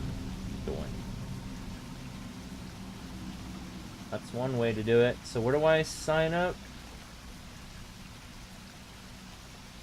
I don't know a lot about Discord. Who are you? Yo.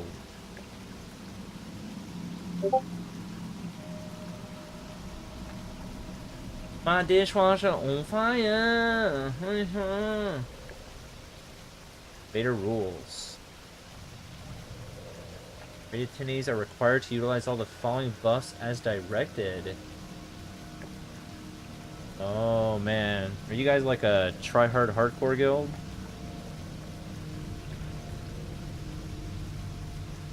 Don't be an asshole.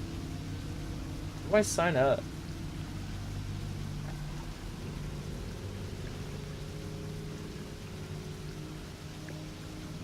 Just type the letters at the end.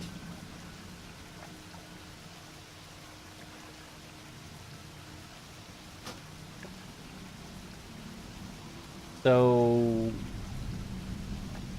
what do I need to do? Just say, hey, I want to, like, well, what time is the raid?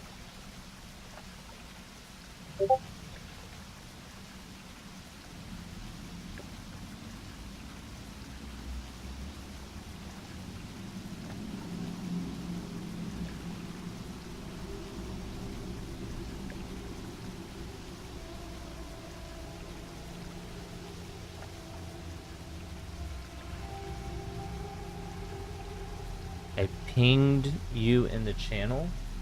I don't know what that means. I don't know a lot about Discord. New mentions. Oh, I see it. Okay, my bad. So what do I have to do? To BFT, would you like to be filling?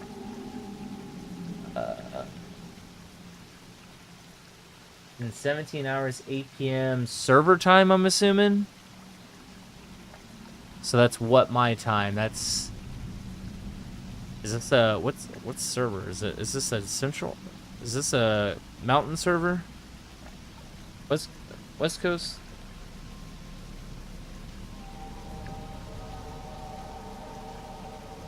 My time? So 8 p.m. Eastern?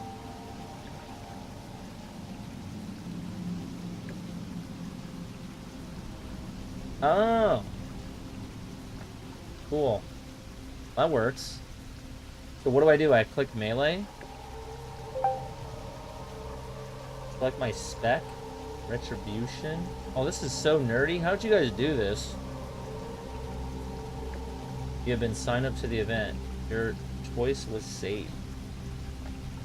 Oh, nice. Sorry, I'm a Discord noob. I'm good at PvP though. Yeah. What's up, bub? Bubbert? You're gonna die, bruh. How are these guys like walking by? What is this? Huh. I don't know if I want to make a Lock next or a Hunter. It's gonna be one of those two. I'm leaning more towards Hunter, but they keep nerfing them. But I don't know. I still feel like Hunter is like retarded. Rogue's good too, but I don't like Rogue. I've never liked Rogue. The three classes I like to play on Classic is Lock, Paladin, and Hunter. I don't really like to play anything else. Everything else is kind of like meh. Actually, you know what class I haven't really tried to its full potential? Warrior. I think I leveled a Warrior to 10 and gave up. I would love to experience Feral and see if I like that, but man, getting to fucking 20 to get cat form is a goddamn nightmare. But now with the... Oh, God. I hear... Oh, God. Just go in there, guys. Yep. Just go in there. You guys are cool. Yep. Good job. Holy fuck, that's a raid. Nice. Where's my team at? Where you at, team? Where is my teammates? What the fuck? You're in the ocean, dog. You swimming?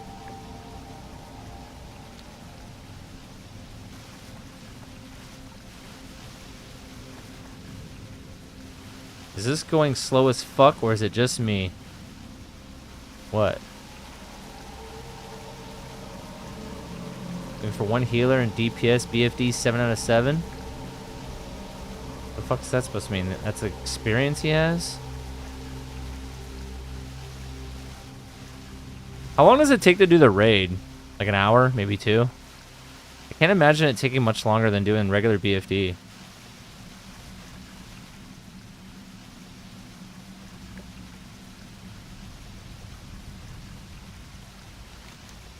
Bruh, how are you in the ocean? 1 hour with no wipes? Yeah, I figured. Looking for 2 DPS. Damn, I want to join, but I want to get Varigan's Fist first before I join. Oh wait, if I join, I can't do the raid tomorrow. I'm retarded. Never mind. Weekly lockout, right? I'd rather do it with the guild anyways. My dishwasher on fire. Her hair 3 day. Oh, it's only a 3-day lockout? Nice, dude. Well, I'd rather do it with the guild. 3-day lockout, resets in 8 hours. Discord bot to track the reset. What? Wait, hold on. So theoretically, if I did it right now, I'll be good to go tomorrow night or tonight, whatever. Is that what you guys are saying to me? Bruh. What? I should do it then. If I can find a pug. Right? I want to get Varigan's Fist though first. Are you guys locked out? Or do you guys want to pug one?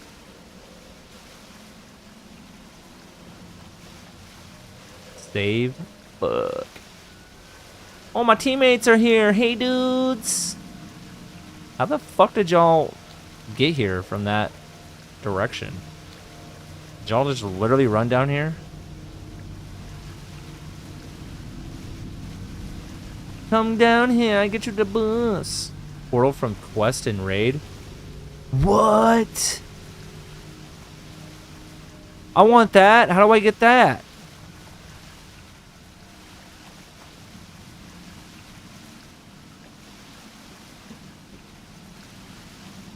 It ports you to where?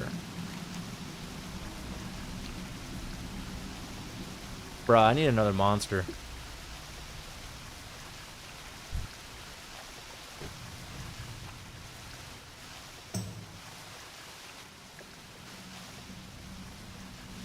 Oh, there's my team. What's up, team? What up, team? Let's get it. Oh, you're a walrus. Look at that. All right, we got to kill the bitch. Dude, what? Everything's dead now? You got to be fucking shitting me. Oh my god. There's a lot of dead corpses in here. We got to kill these bitches right here. Oh, you all got a quest to kill these bitches. Do I have to kill the oracles or the tides? I have to kill the tides. It says kill Black Fathom enemies around this area. I guess it doesn't matter. Oh, whoa, whoa.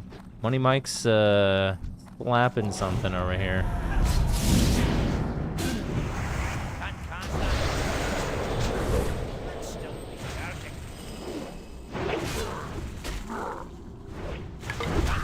Harry.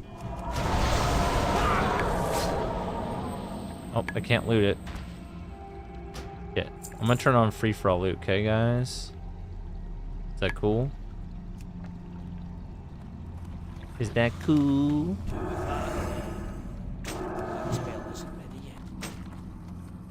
You're a bitch.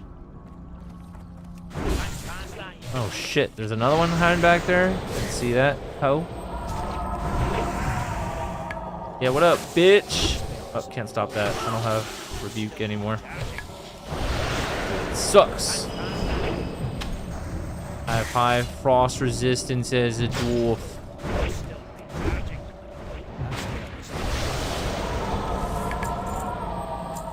Damn it. I was hoping to get it off the first go around.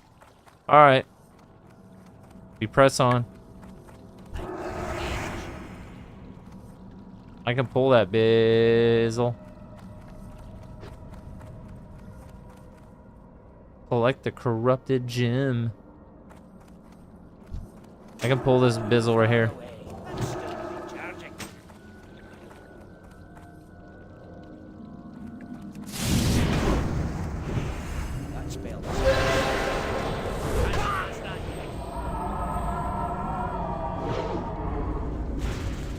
Can't stop that.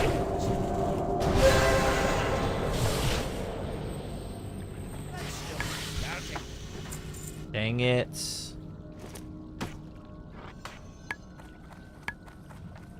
I'm gonna pull this bitch here.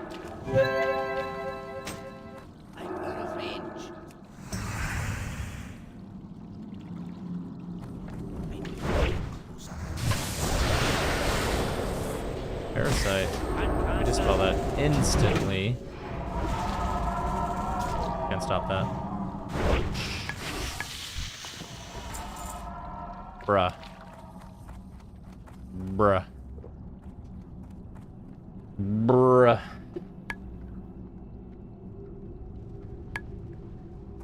I don't have a target. I need a target.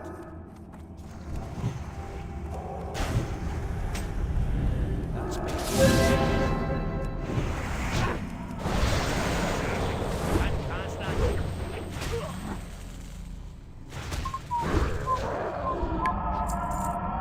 Bro, these things drop it, right? Or am I tripping? My add-on says I get it from here.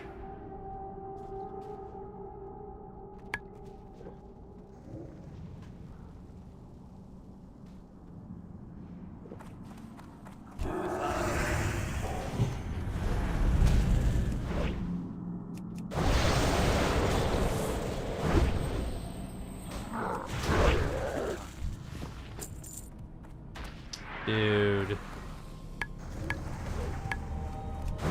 Uh-oh. Getting a little hairy.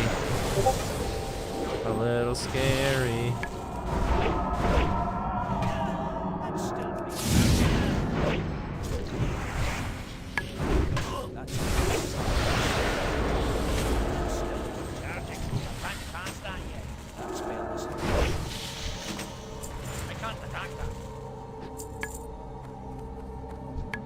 Dude, I don't know, man.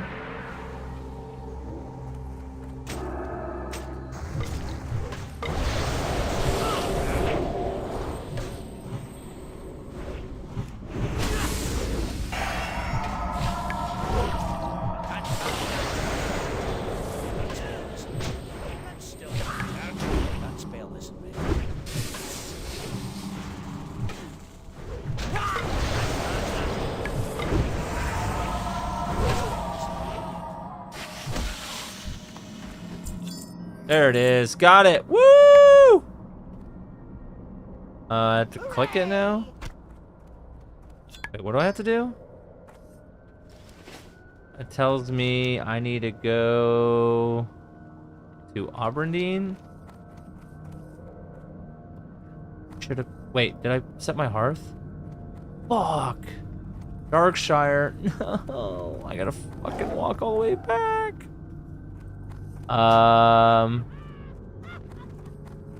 Did you guys want to kill these guys real quick for your quest? I see you guys have a quest here.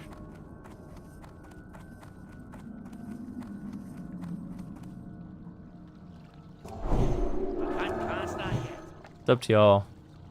I'm down to help y'all. Go finish the next raid. Okay. You guys are awesome. Appreciate it, dudes. Oh shit. Let's kill some horde. Oh shit, speaking of which, Die, bitch! Get him! He's gonna bubble, he's gonna fear me. Fear me, fear me, fear me. Okay, we're doing fear me. That's fine. Wrecked. Oh my god. After I get Varigan's Fist, do you guys want to fucking do some PvP?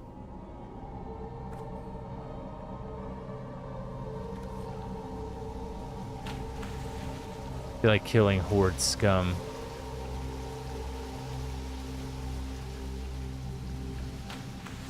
What would y'all say is the best PvP class right now? I say it's got to be like Hunter Warlock.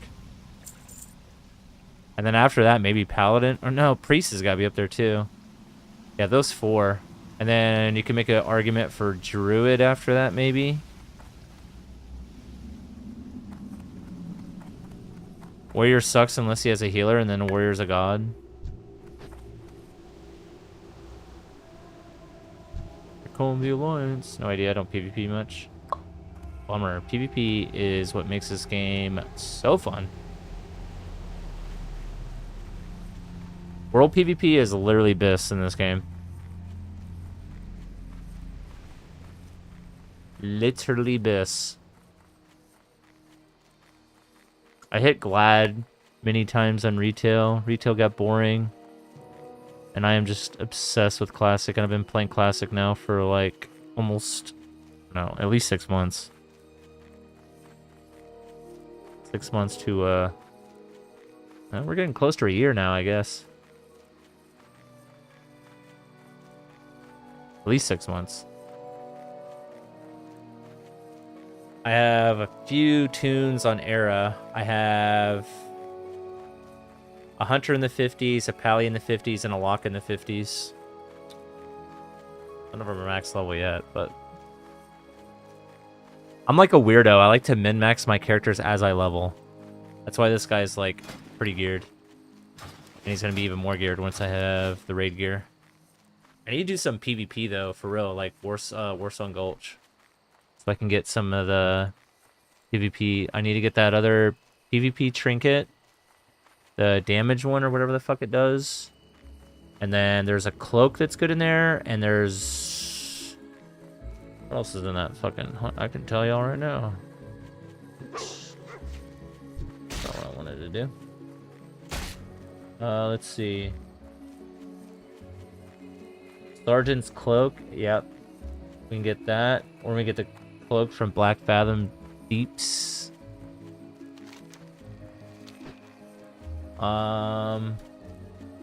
What else is good in there?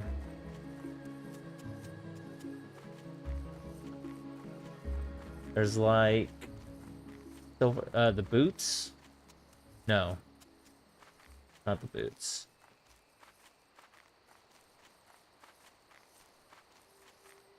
I guess the best trinket would be the one from the raid. 18 attack power. Shadow resistance. That's fucking huge. But Rune of Duty is good too. Oh, it doesn't...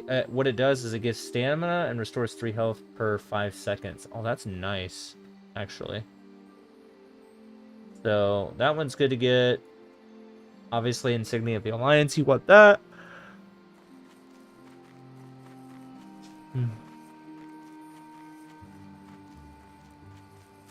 Oh, for sure. But I enjoy all forms of PvP. So. Fuck, I want the mount. What's the speed on that? Oh, 50%. I see it. Never mind.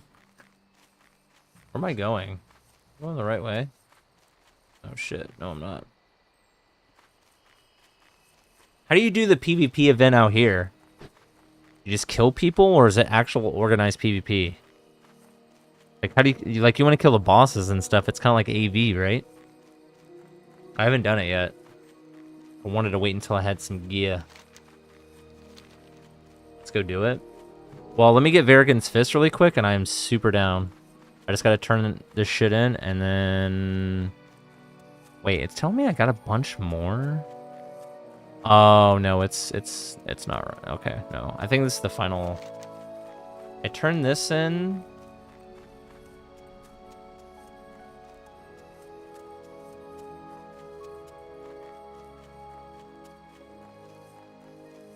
I gotta purify this gym, and then... I don't fucking know. I don't remember. Oh, shit! It's getting real!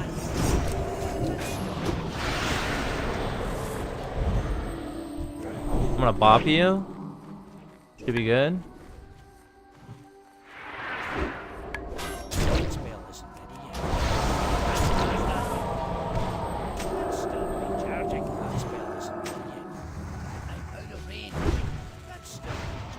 Dude, fuck your war stomp, man. Got him. What's up, bitch?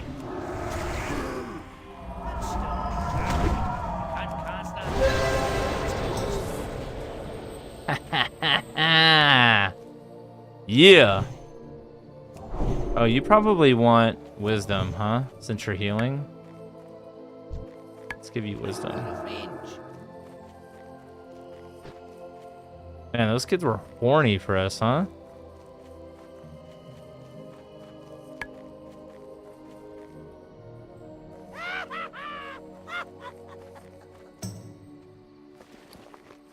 What did I get here? Ooh, that might sell decently on the auction house. Level 25.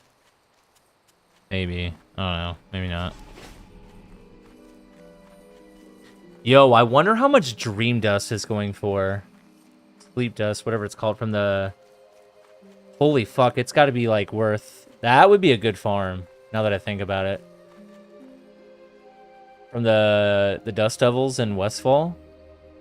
That's the only way to get the Dream Dust. Really, really fucking good PvP item. Puts people to sleep. Alright, I gotta fly over here, dudes. Where would you like to fly to? Where the stars? I'll be back. Actually, while I'm flying, I'm gonna grab a monster.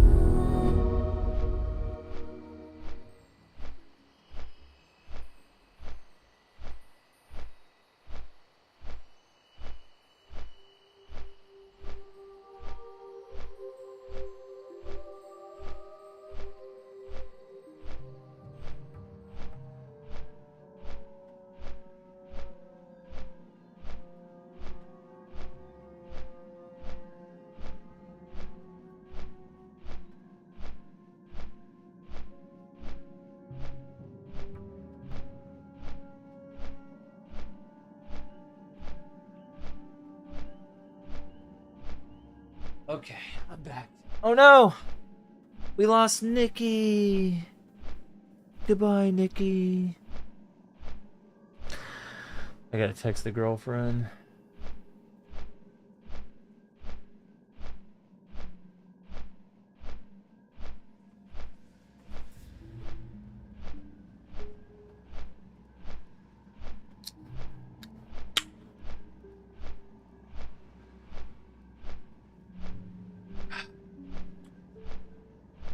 Oh, night.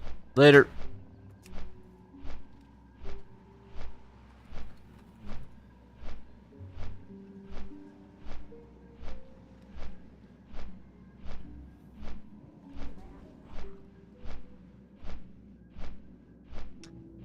That's a little worrying. She didn't text me when she got home.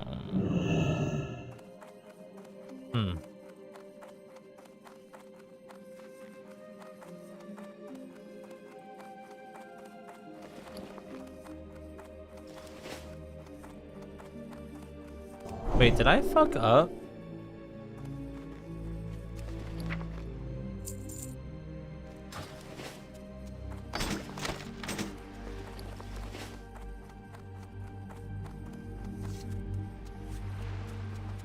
No.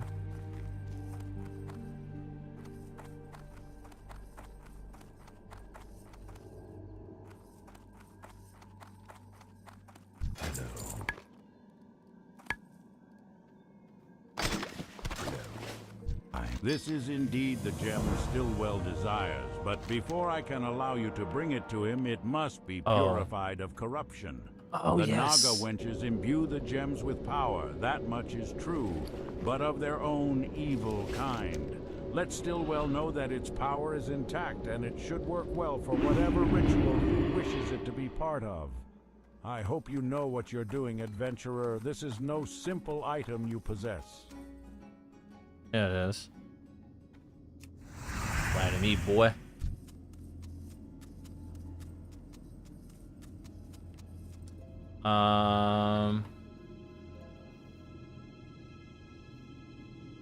Slash omnibar. Oops, sorry guys. Omnibar. Test.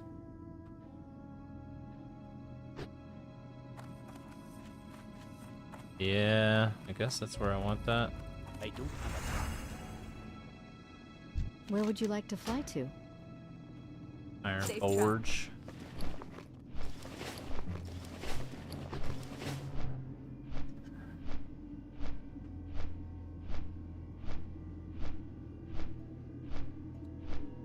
Alright, so I have the best belt. I got the best shoulders. Got the best helm. I have the second best boots. Don't have feet of the Linux. I don't want to spend that much gold. That's fucking stupid. Where does this even drop?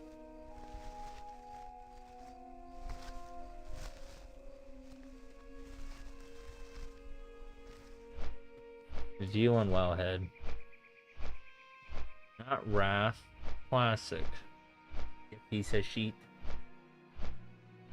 14% chance from the Barons from an elite called... Who? Who the fuck is this? I've never seen this dude.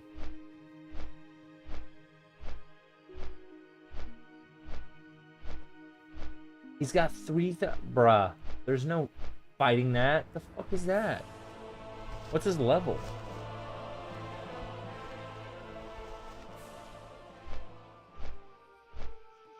How are people finding this? They're not finding it from that. Red Ridge, an elite, a level 24 elite. Stinge.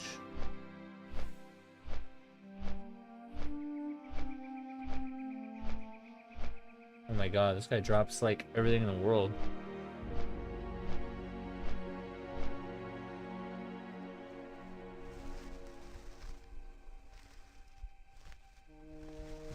Comments.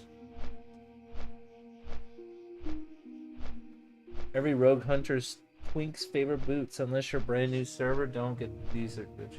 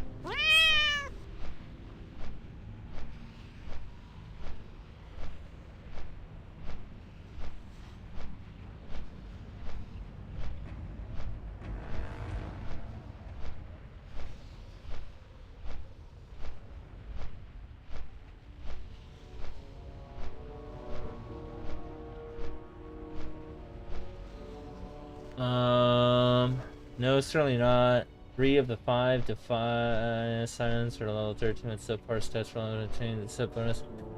Press for the slots are gloves.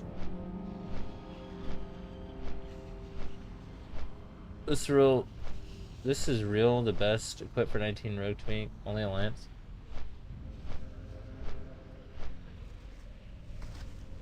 I received a pair of these from a solid chest by the starving and rabid wolves near the Ravenhill Cemetery.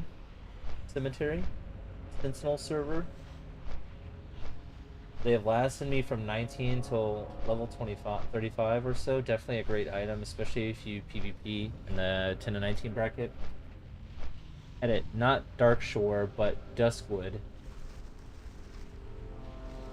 Got my zones mixed up. Sorry for the confusion.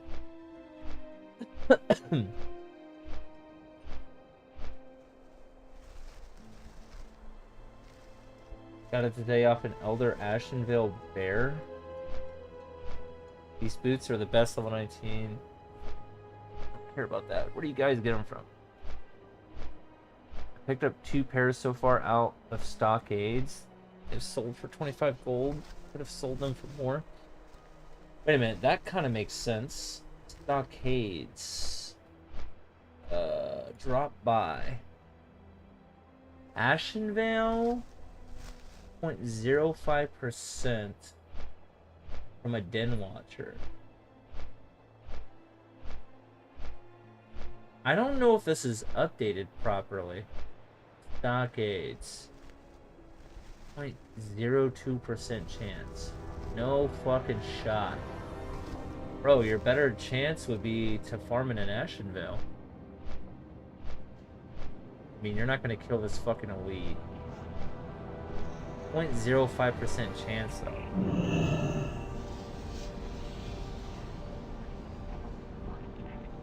It's whatever. They're not even fucking worth getting. 9% chance drop from fucking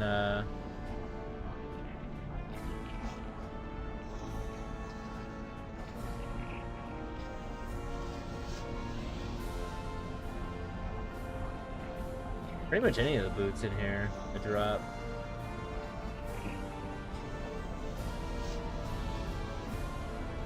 This would be fucking Silverhand. Undoubtedly. The crab shell wanderers are good too. Akumai.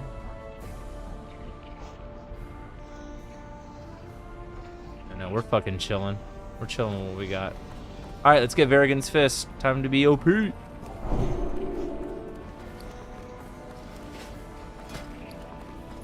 Smite's Mighty Hammer, you've done me justice for quite a while. It's time to replace you though.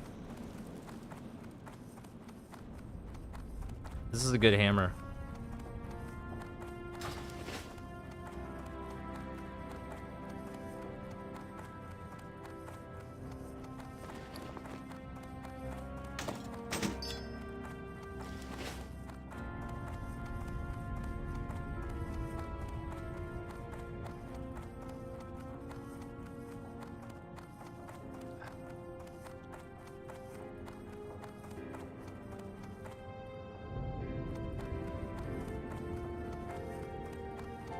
I have time to fucking do BFD.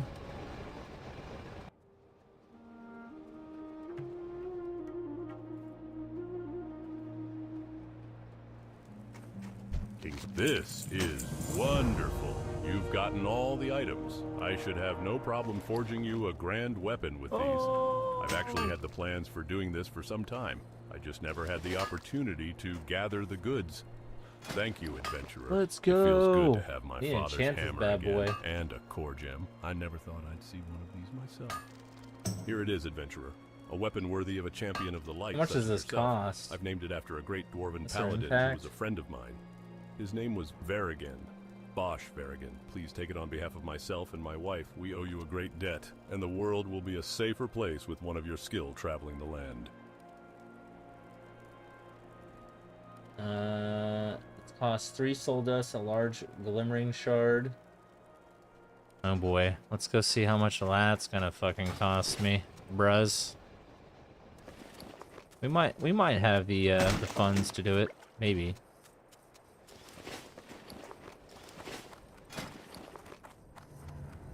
Some fat damn mooge, though.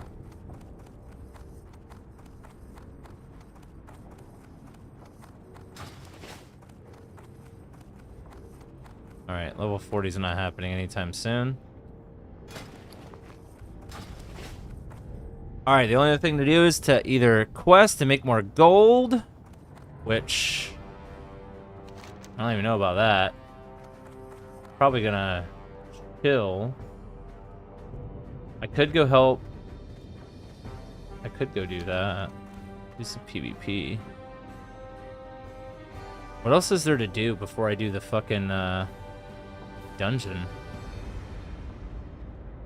I wonder if this works. Knowledge of the deeps. Alright, hold on. I want to see. Soul dust.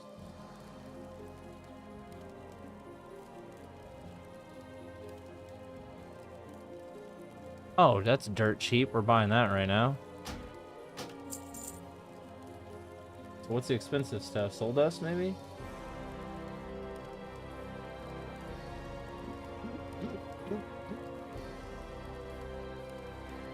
Oh, no. It's dirt cheap as well. I need 3 of them.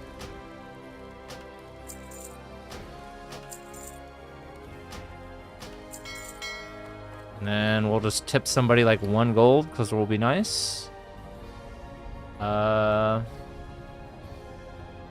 Looking for...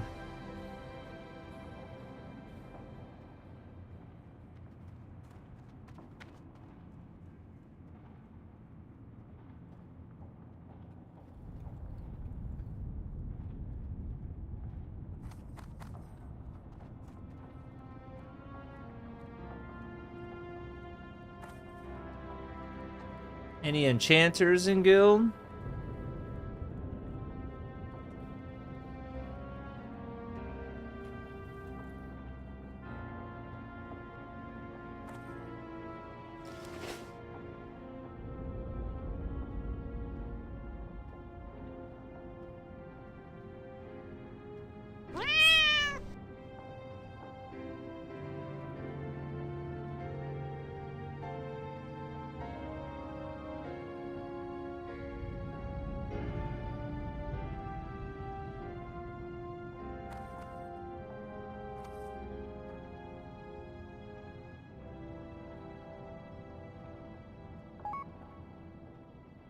They can't join our group.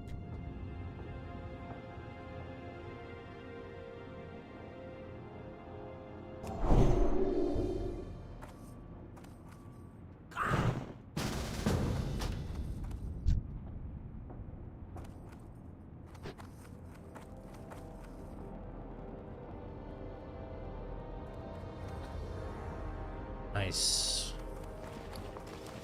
We're gonna get that on Barricans.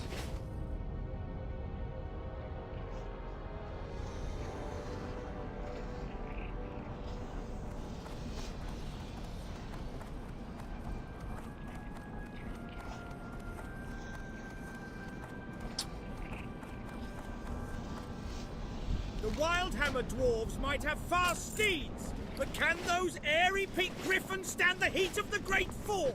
I think not. Well, I need to turn in the quests I have now.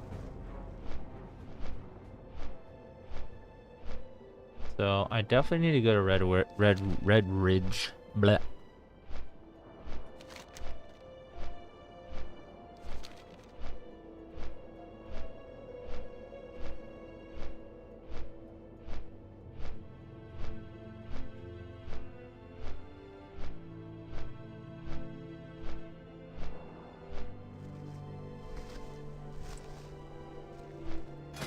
Yo, we're about to slap some nerds. Stam, intellect, spirit.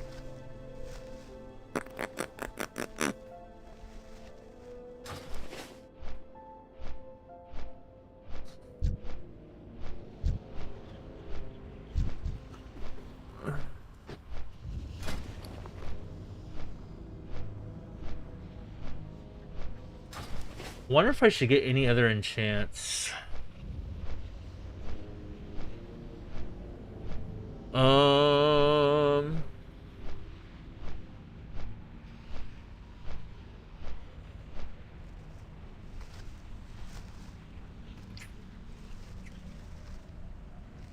I could.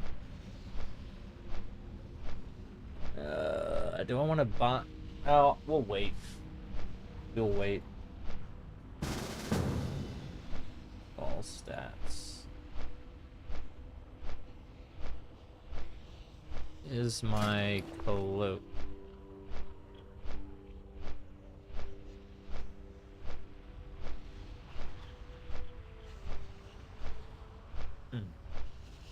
Yeah, I literally just can't get better stuff. Oh, remind me to get my trinket.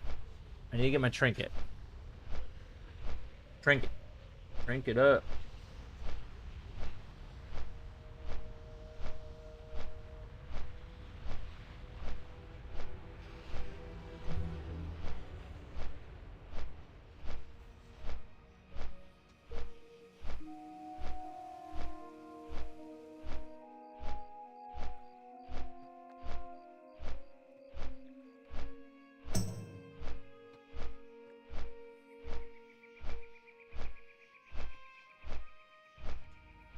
SoD Ret Paladin.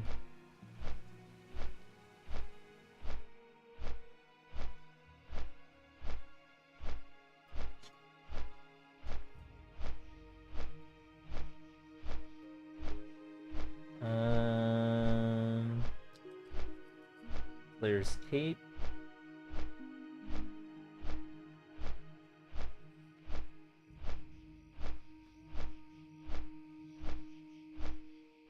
I mean, I guess I can get that.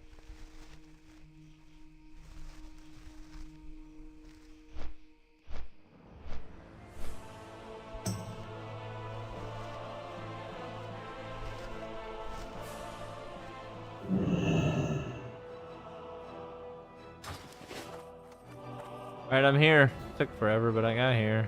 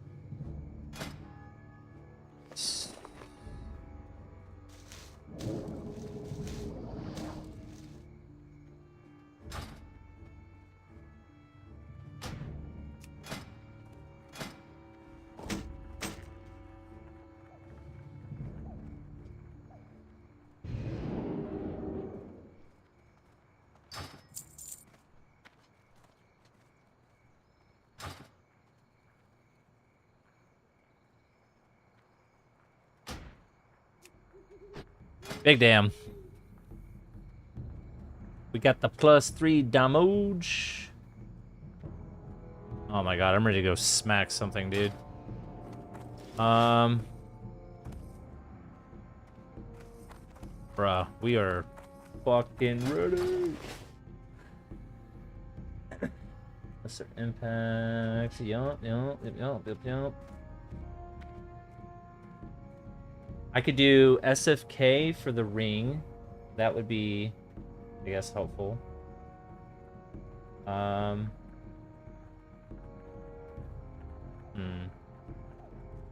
else could I do? I'm not getting Feet of the Linux. It's just not, that's just not happening. How much better is it than my Slayer slippers?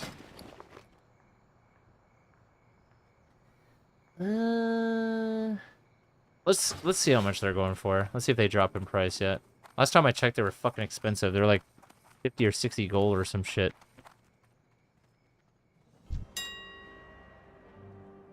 Feet of the... Oh, so they dropped a little. Still kind of expensive, but it's a fat upgrade, bro. What else am I gonna spend gold on? We got him. We got him, boys. I would love to know how people are fucking finding that shit, though.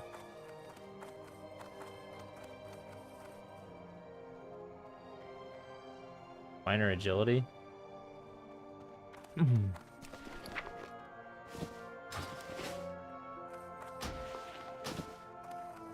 Nice.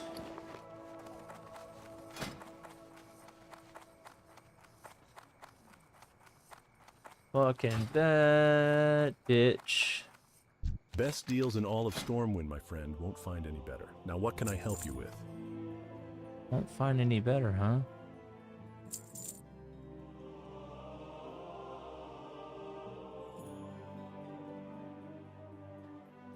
Would I ever use this? Decrease the armor of a target by 50 for 1 minute. No. We literally wouldn't. Yeah, no. Oh, I need to see if I can sell that.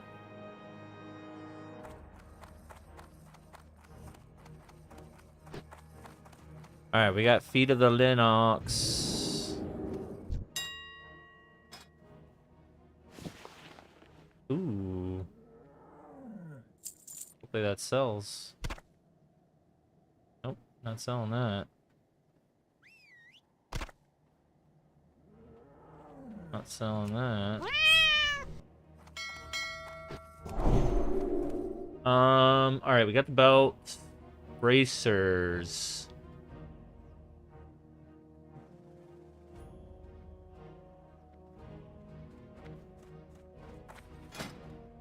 I do have these.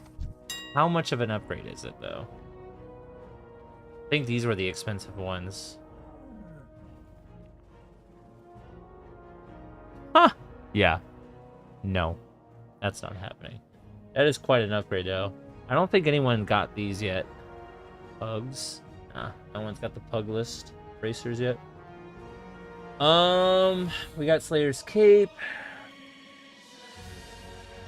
We got Glimmering Hands. We got legs, chest, minor stats. I mean, I guess I could do that. We need to work on... We need to do SFK and PvP, I guess. I don't know if I want to do any more enchants. I mean, I guess I could.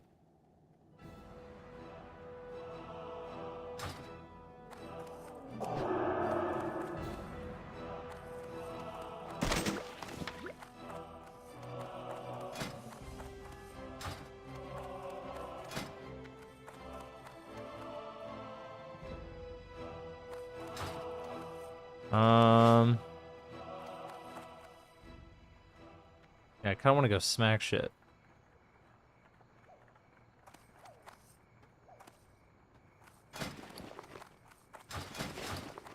If there's a SFK group, I guess I could go do that. These great beasts know paths that you can't find on foot. They'll get you there fast and maybe show you something new at the same time. For the Alliance. These great beasts know paths that you can't find on foot. They'll get you there fast and maybe show you something new at the same time. No, I wanna turn in this shit really quick. Because it's annoying me. I need a little bit more gold too.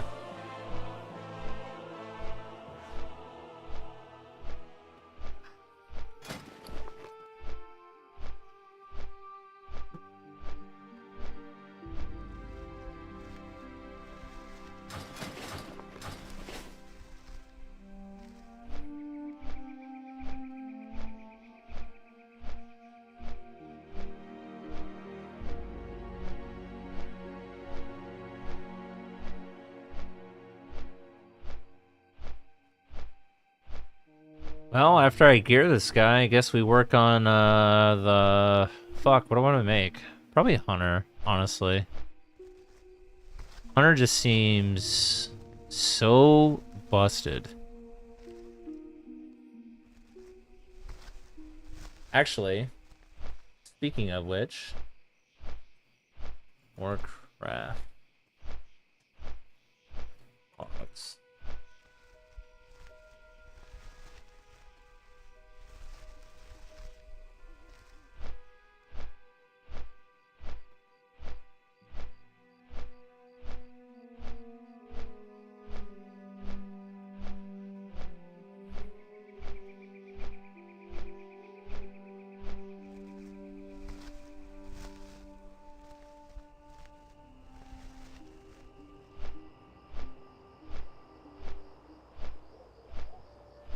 Marksmanship, melee.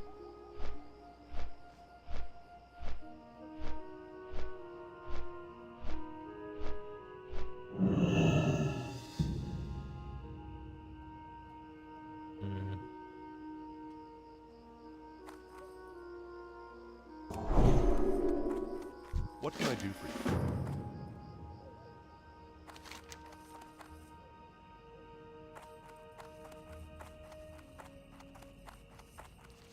Oh, he'll reward me, huh?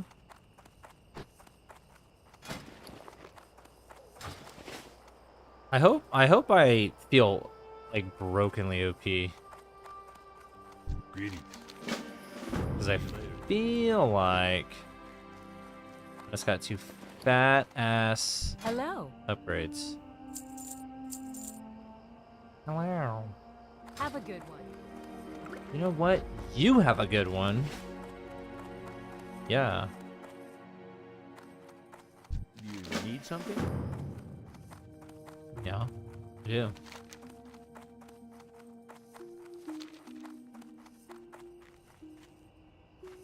You need something? I need to get rid of this quest. How are you? Well done, adventurer. I hope you didn't have too much trouble with those murlocs. It's strange seeing them so far from the sea. I wonder if they're here, because they're running from something.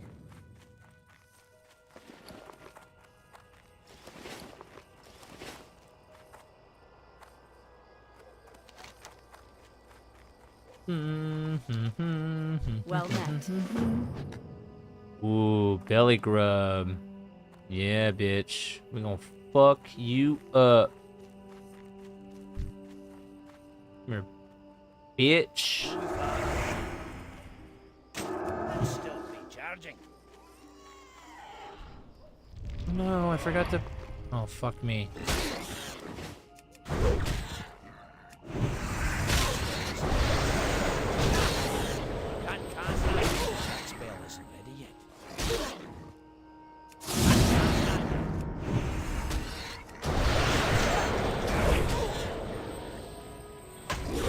Miss.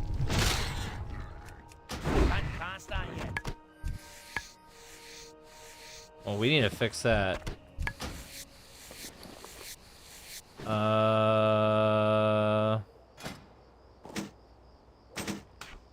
There we go.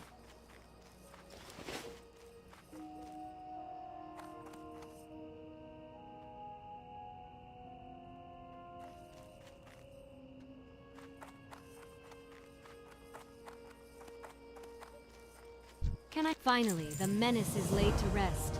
Thank you, adventurer. Yowler? You have done me a great service. Yowler. The garden shall be in full bloom this season. Full bloom.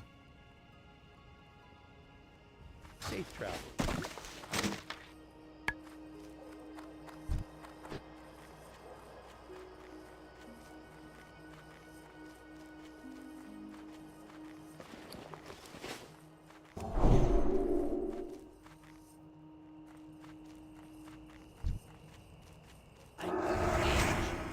Still recharging.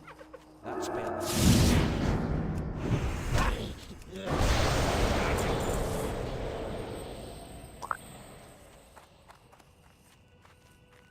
Can't pass that yet.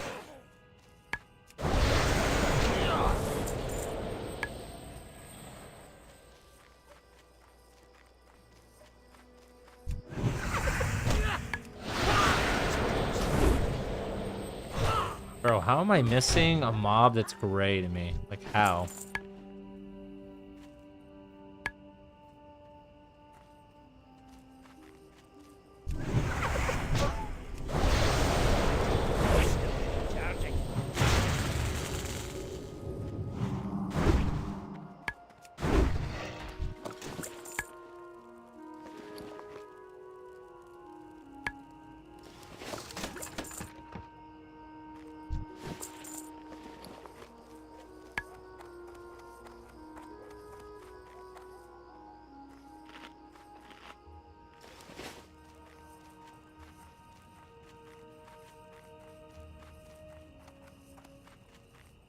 Oh, Yowler, where are you? Someone probably killed you, 'cause I don't see you. I don't want to loot these.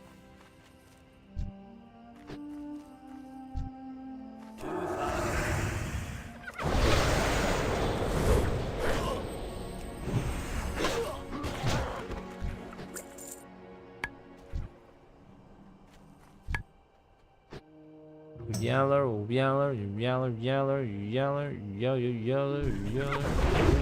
Oh my god. Get fucked.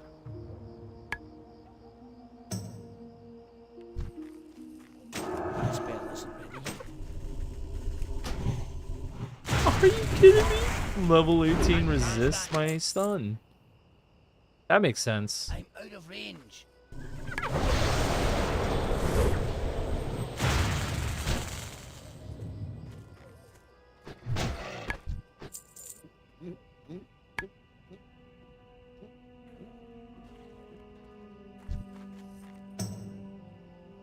Oh, Yeller.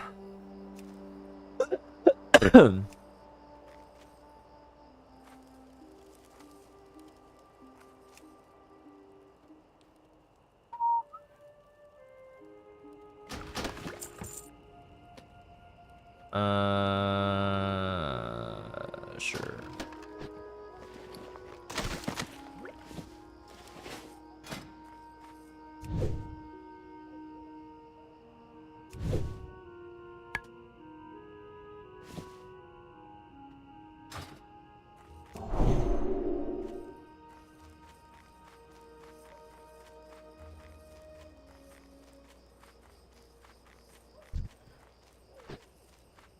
Where is this fucker, man?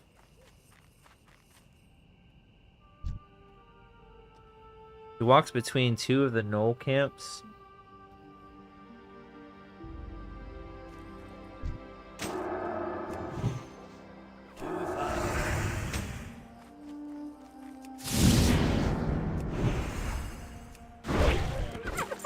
That's still charging.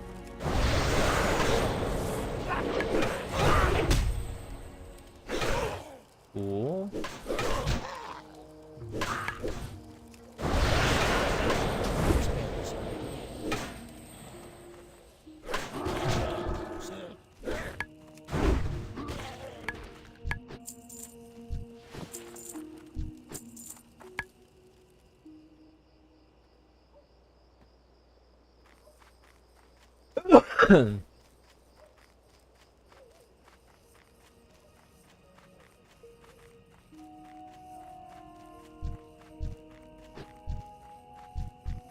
See him.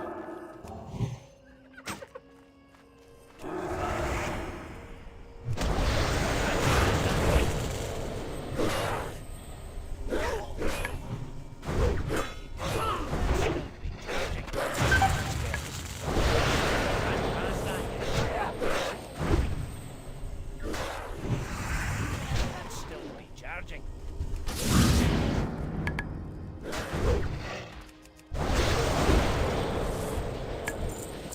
Good God.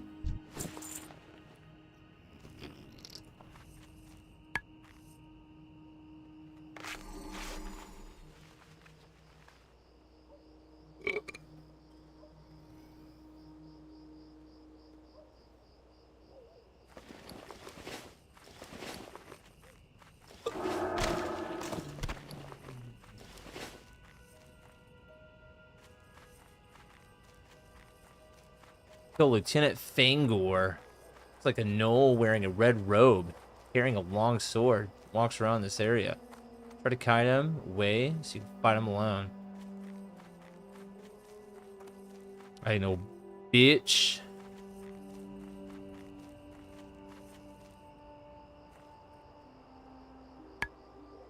Kill shadow hide enemies around this area. Tell me how to live my life, okay?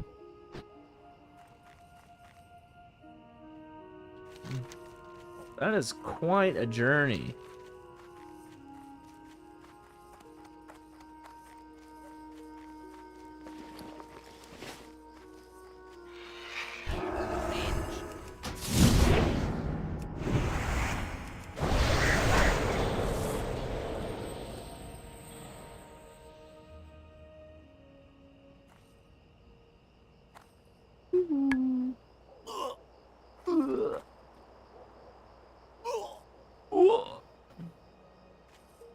I need to get closer.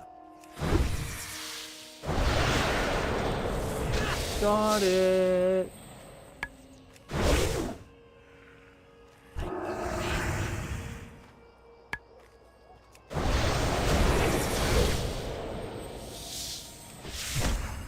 Doesn't matter.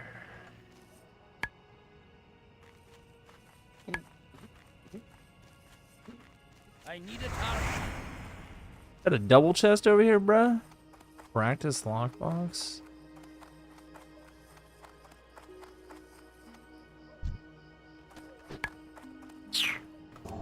No, sir. I don't have a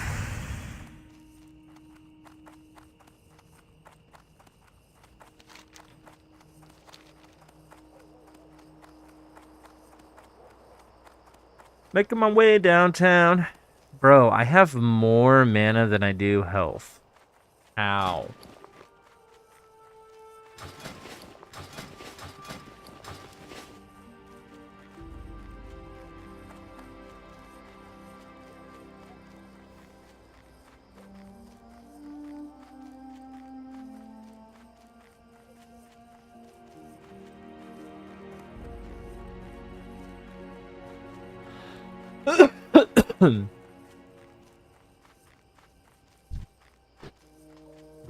Hello.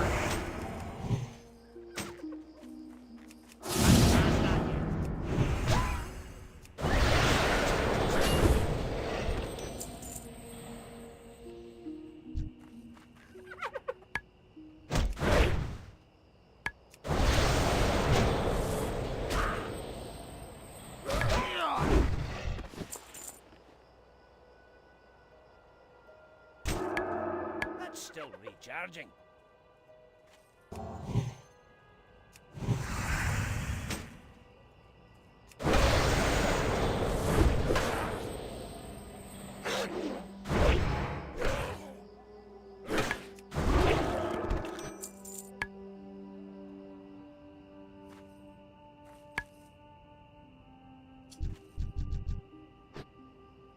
A lot of dudes.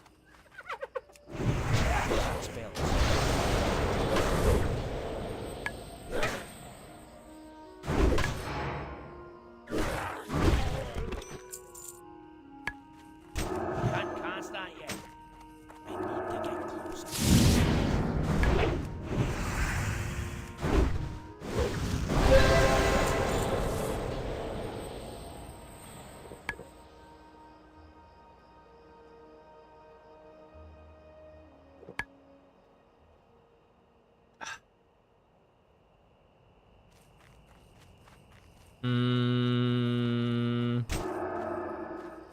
That spell isn't ready yet. I'm out of range. Bro. What? Fuck out of here with that bullshit.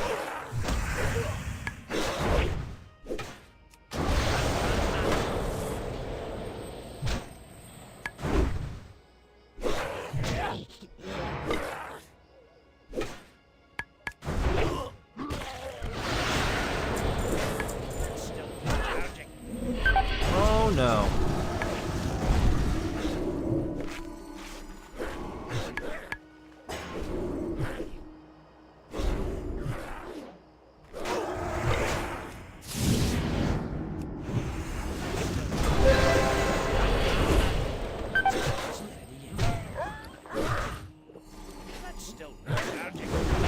might die here.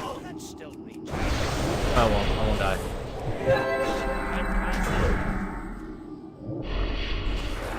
Maybe I will die, actually. I don't really have any mana.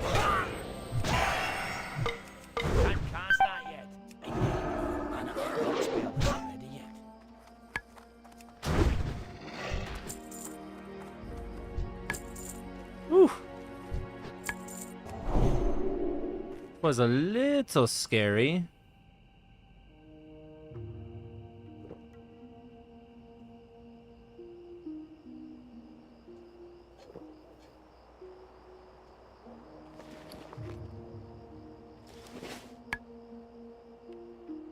I don't think I get to. I need bubble for that. Definitely need bubble for that. The question is, do I make an alliance hunter? Or do I make a horde one? I started my horde one. It's on a different server though.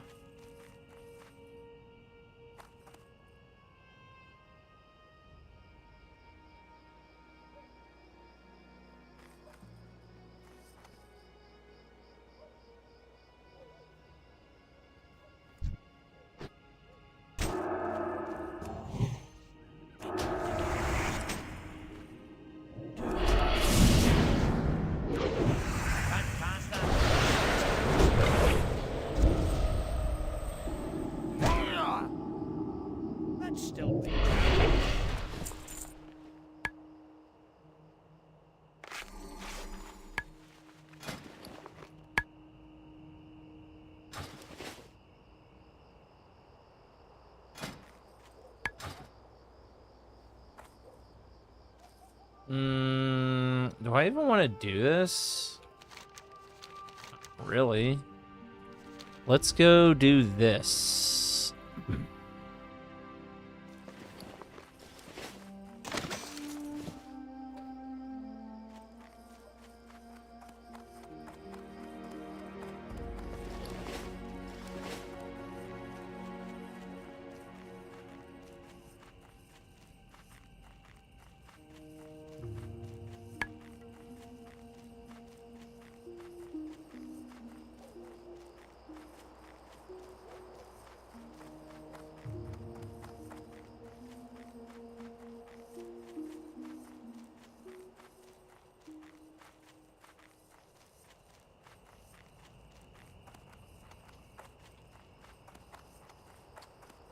Damn it, dude. Warlock's about to surpass us, man.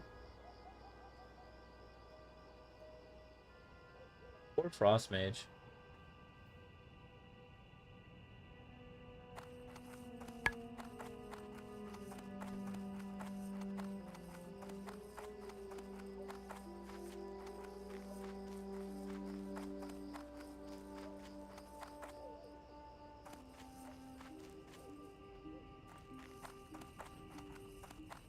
Yeah, I think the only other class I want to do is Hunter. The more I think about it. Alliance or fucking, Horde, though. That is... I mean, honestly, I should probably go Horde since fucking Pet is that broken. And then Orc, extra 5% damage from Orc, like...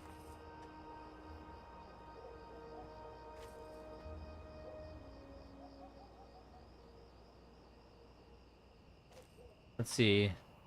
SoD. Hunter. Not runes. Just Hunter.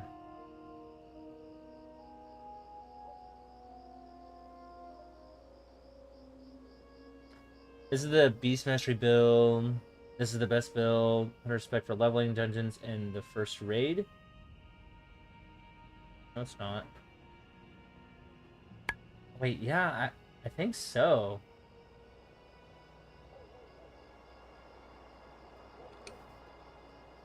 Just because the damage is just so stupid.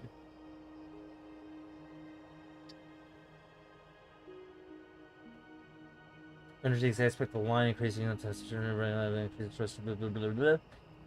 Your pet's damage and health are increased by 30%, and its focus regeneration by 80%. In addition, your pet's growl also taunts a target attack for 30 seconds. Kill command. Give the command to kill. Increase your pet's damage done from special attacks by 6% for 30 seconds each. Done. The pet reduces damage bonus by 20%.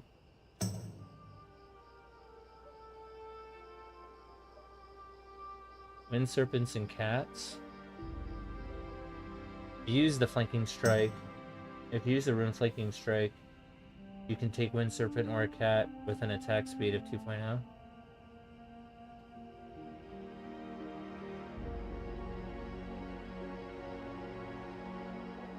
A cat with an attack speed of 1 is the best pet for PvP in phase 1. The fast attack speed causes pushbacks. Cast. Well, what's the Scorpion? But I think they nerfed it, right? So.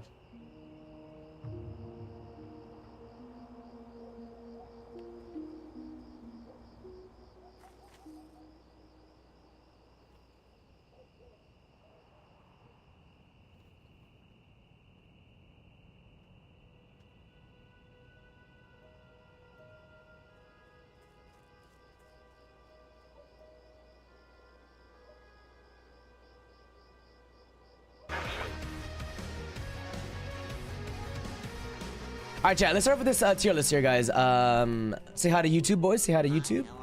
Tier list for PvP or PvE? I'm gonna do both. I think I have a good understanding of both. So yeah, so let's see here. Season of Discovery tier list that includes both PvE, PvP, World PvP, Warsong, like just kind of not necessarily a general one, but like one that focuses on just Season of Discovery, level 25 bracket. Because I think I have a good understanding of everything by now, and this includes like, you know, classes that can do well with farming and like classes that shine I need to get in my BGs, but don't shine too trinket. much in raids, or you know what I mean. So that's my plan right now. We'll start off with the obvious one. Let's go Warrior, guys. Warrior, we have Arms, Fury, Prot.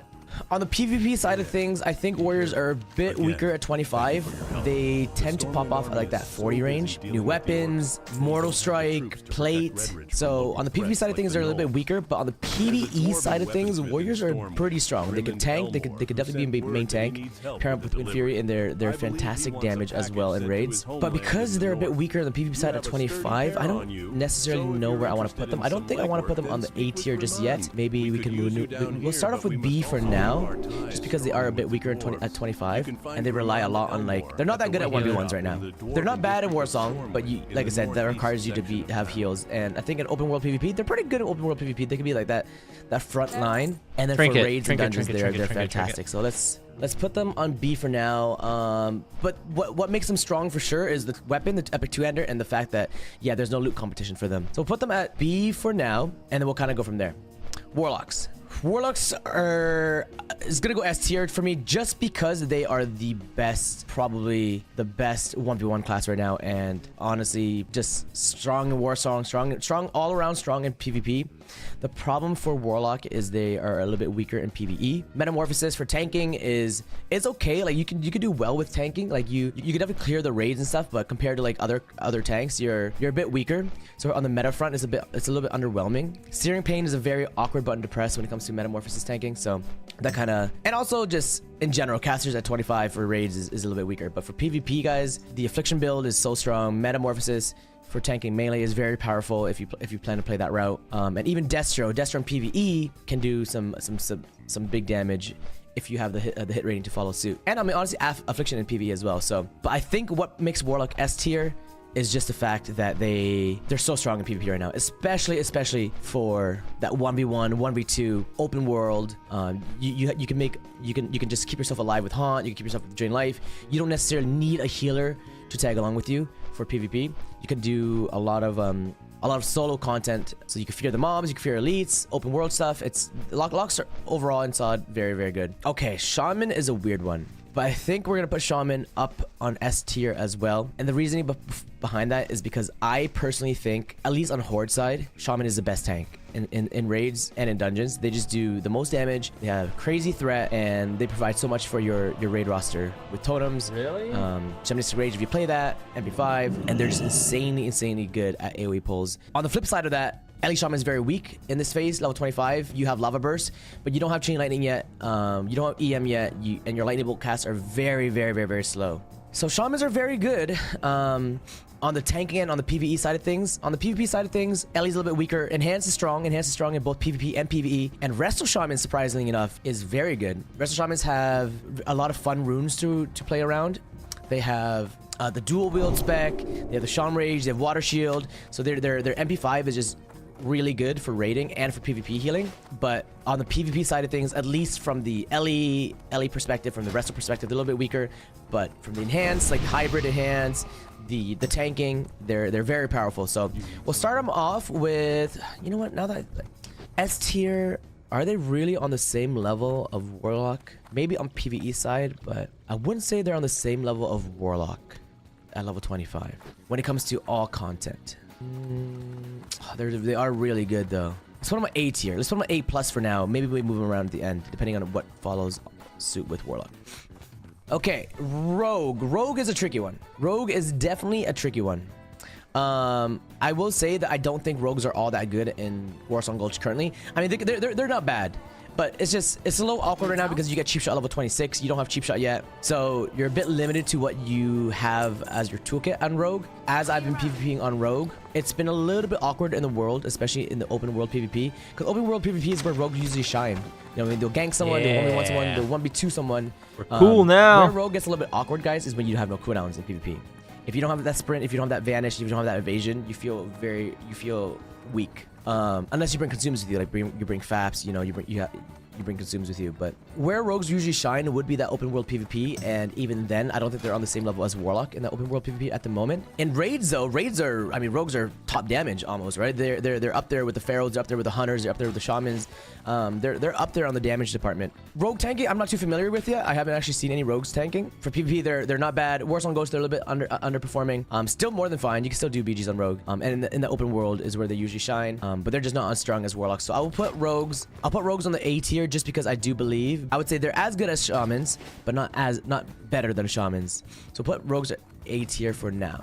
Okay, for priest. Priest is going S tier for me no matter what. Now it's just a matter of where I want to put priest, before or after warlock. So priest, I'm moving to S tier no matter what. I think priest is hands down by far, and it's not even close. In all aspects of the game, PvP, PvE, open world stuff, anything you can think of, guys, priest is the best healer at level 25. It's unfortunate because Shadow isn't really the spec to play at the moment. Priests are just kind of focusing more on that healing side of things. So it is a shame that you can't play Shadow, but for healing, Penance is just so strong right now, level 25. Heals for a shit ton, and just the fact that they have Dispel. I think no other class has Dispel at level 25. And there's some fights in raids, for example, like the second last boss requires you to have Dispel magic on the shadowy chains. So I think Priest is S tier for level 25 Season of Discovery. And also, yeah, Prayer of Mending. You know, their MP5 is super solid. Dispel, Prayer of Mending, really high HPS. Just all around insanely strong class. So we're gonna put them on that S tier. For Season of Discovery. And then I think level 40, I mean, I think at level 40 they'll still remain S tier as well. It's just Shadow might be getting popped off. Bean, thank you for the sub, man. No, you can't have any gold, bro. Okay, Paladins. This is my biggest question mark so far regarding Paladins, because I'm on Horde side. I play Horde side. I don't really know where to put them yet. I haven't played with a Paladin. I haven't grouped with one yet. But Ret Pallies are nuts. Ret Pallies are absolutely nuts, and so are Prot Paladins. And honestly, so even Holy Pallies too. Holy Pallies are really good too.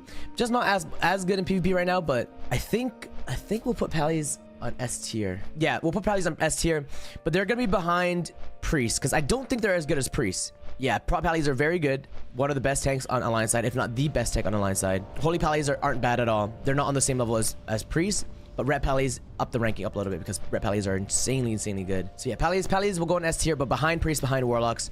I wouldn't put them up there just yet, unless there's some changes. Maybe some changes come in, we'll see. Mage, guys, you guys aren't gonna like this one, but I'm gonna put Mage probably on that C tier. Mages they just don't feel like mages right now. You don't have the iconic, you know, ice barrier, the ice block, the cold snap, the big snares, the stuff that really makes mages shine in Classic, especially in PvP and in PvE. AoE farming, you know, you just don't have the toolkit yet. You just don't have the spells that make mages and the talents that make mages very good in Classic. If this was level 60, mages would be on S tier for me. But in Season of Discovery, you have this like new like play style of mages where like they, you know, they're kind of focused more on the healer role. And when you're healing, you kind of run, you go really fast. Like I think mage healing is very powerful. Not on the same level as like, you know, priest, but it's not bad to have a mage healer. And I think that mage will be S tier, yeah, come level 40. You know, I think like warrior will move up. I think shaman moves up. I think mages move up. I think locks actually might move down at 40. But yeah, I think for now mages will go on that C tier for me, just because they don't have the, yeah, they're just level 25 mages. So you don't have the toolkit that mages usually bring to all aspects of the game. Probably the weakest class in SoD, in my opinion, at the moment. Okay, so for Hunter, I mean, Hunter is, I think, is for me the best class in Season of Discovery. And let me explain why. Hunter is just so good at this level because they are fantastic. I mean, they need their own tier, honestly. They're just so good at like everything. They're good at soloing elite mobs. They're good at soloing high level mobs. They're good at dungeons. They're top damage in raids with Scorpion Pet. They're fantastic at world PvP, and they have movement speed. At level 25, guys, so there's some classes that just don't have like good movement speed. So like Hunters being able to go cheetah and run around the world like faster than others alone is such a strength. You know what I mean? So I just think Hunter is the best class. They do the most damage in raids, are fantastic in world PvP, do a bunch of damage in world PvP.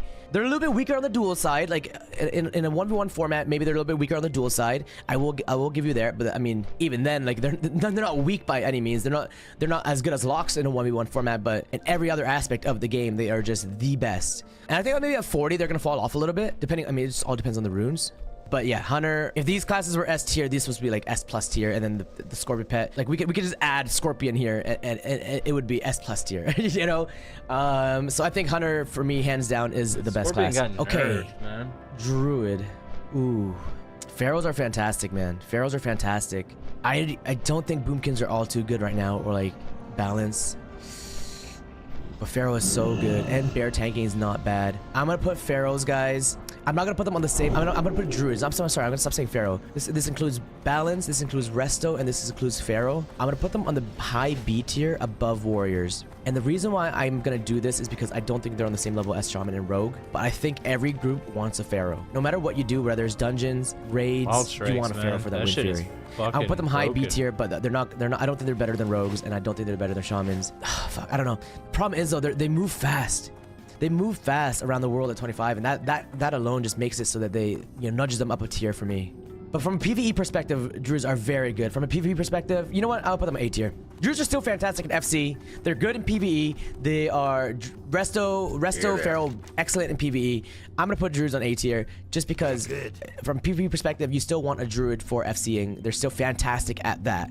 And that's where they usually shine in classic PvP anyways, is by FCing. So we're gonna put Druids at A tier. Fantastic at Warsong Gulch. Really good in the open world because they're quick. They can just maneuver. They can solo certain bosses in dungeons for loot. Yeah, they belong in the A tier. They belong in the A tier. But this is kind of my tier list right now for Season of Discovery at level 25. I might make some changes, you know, as things get nerfed, buffed, but this is kind of what I have my list at the moment.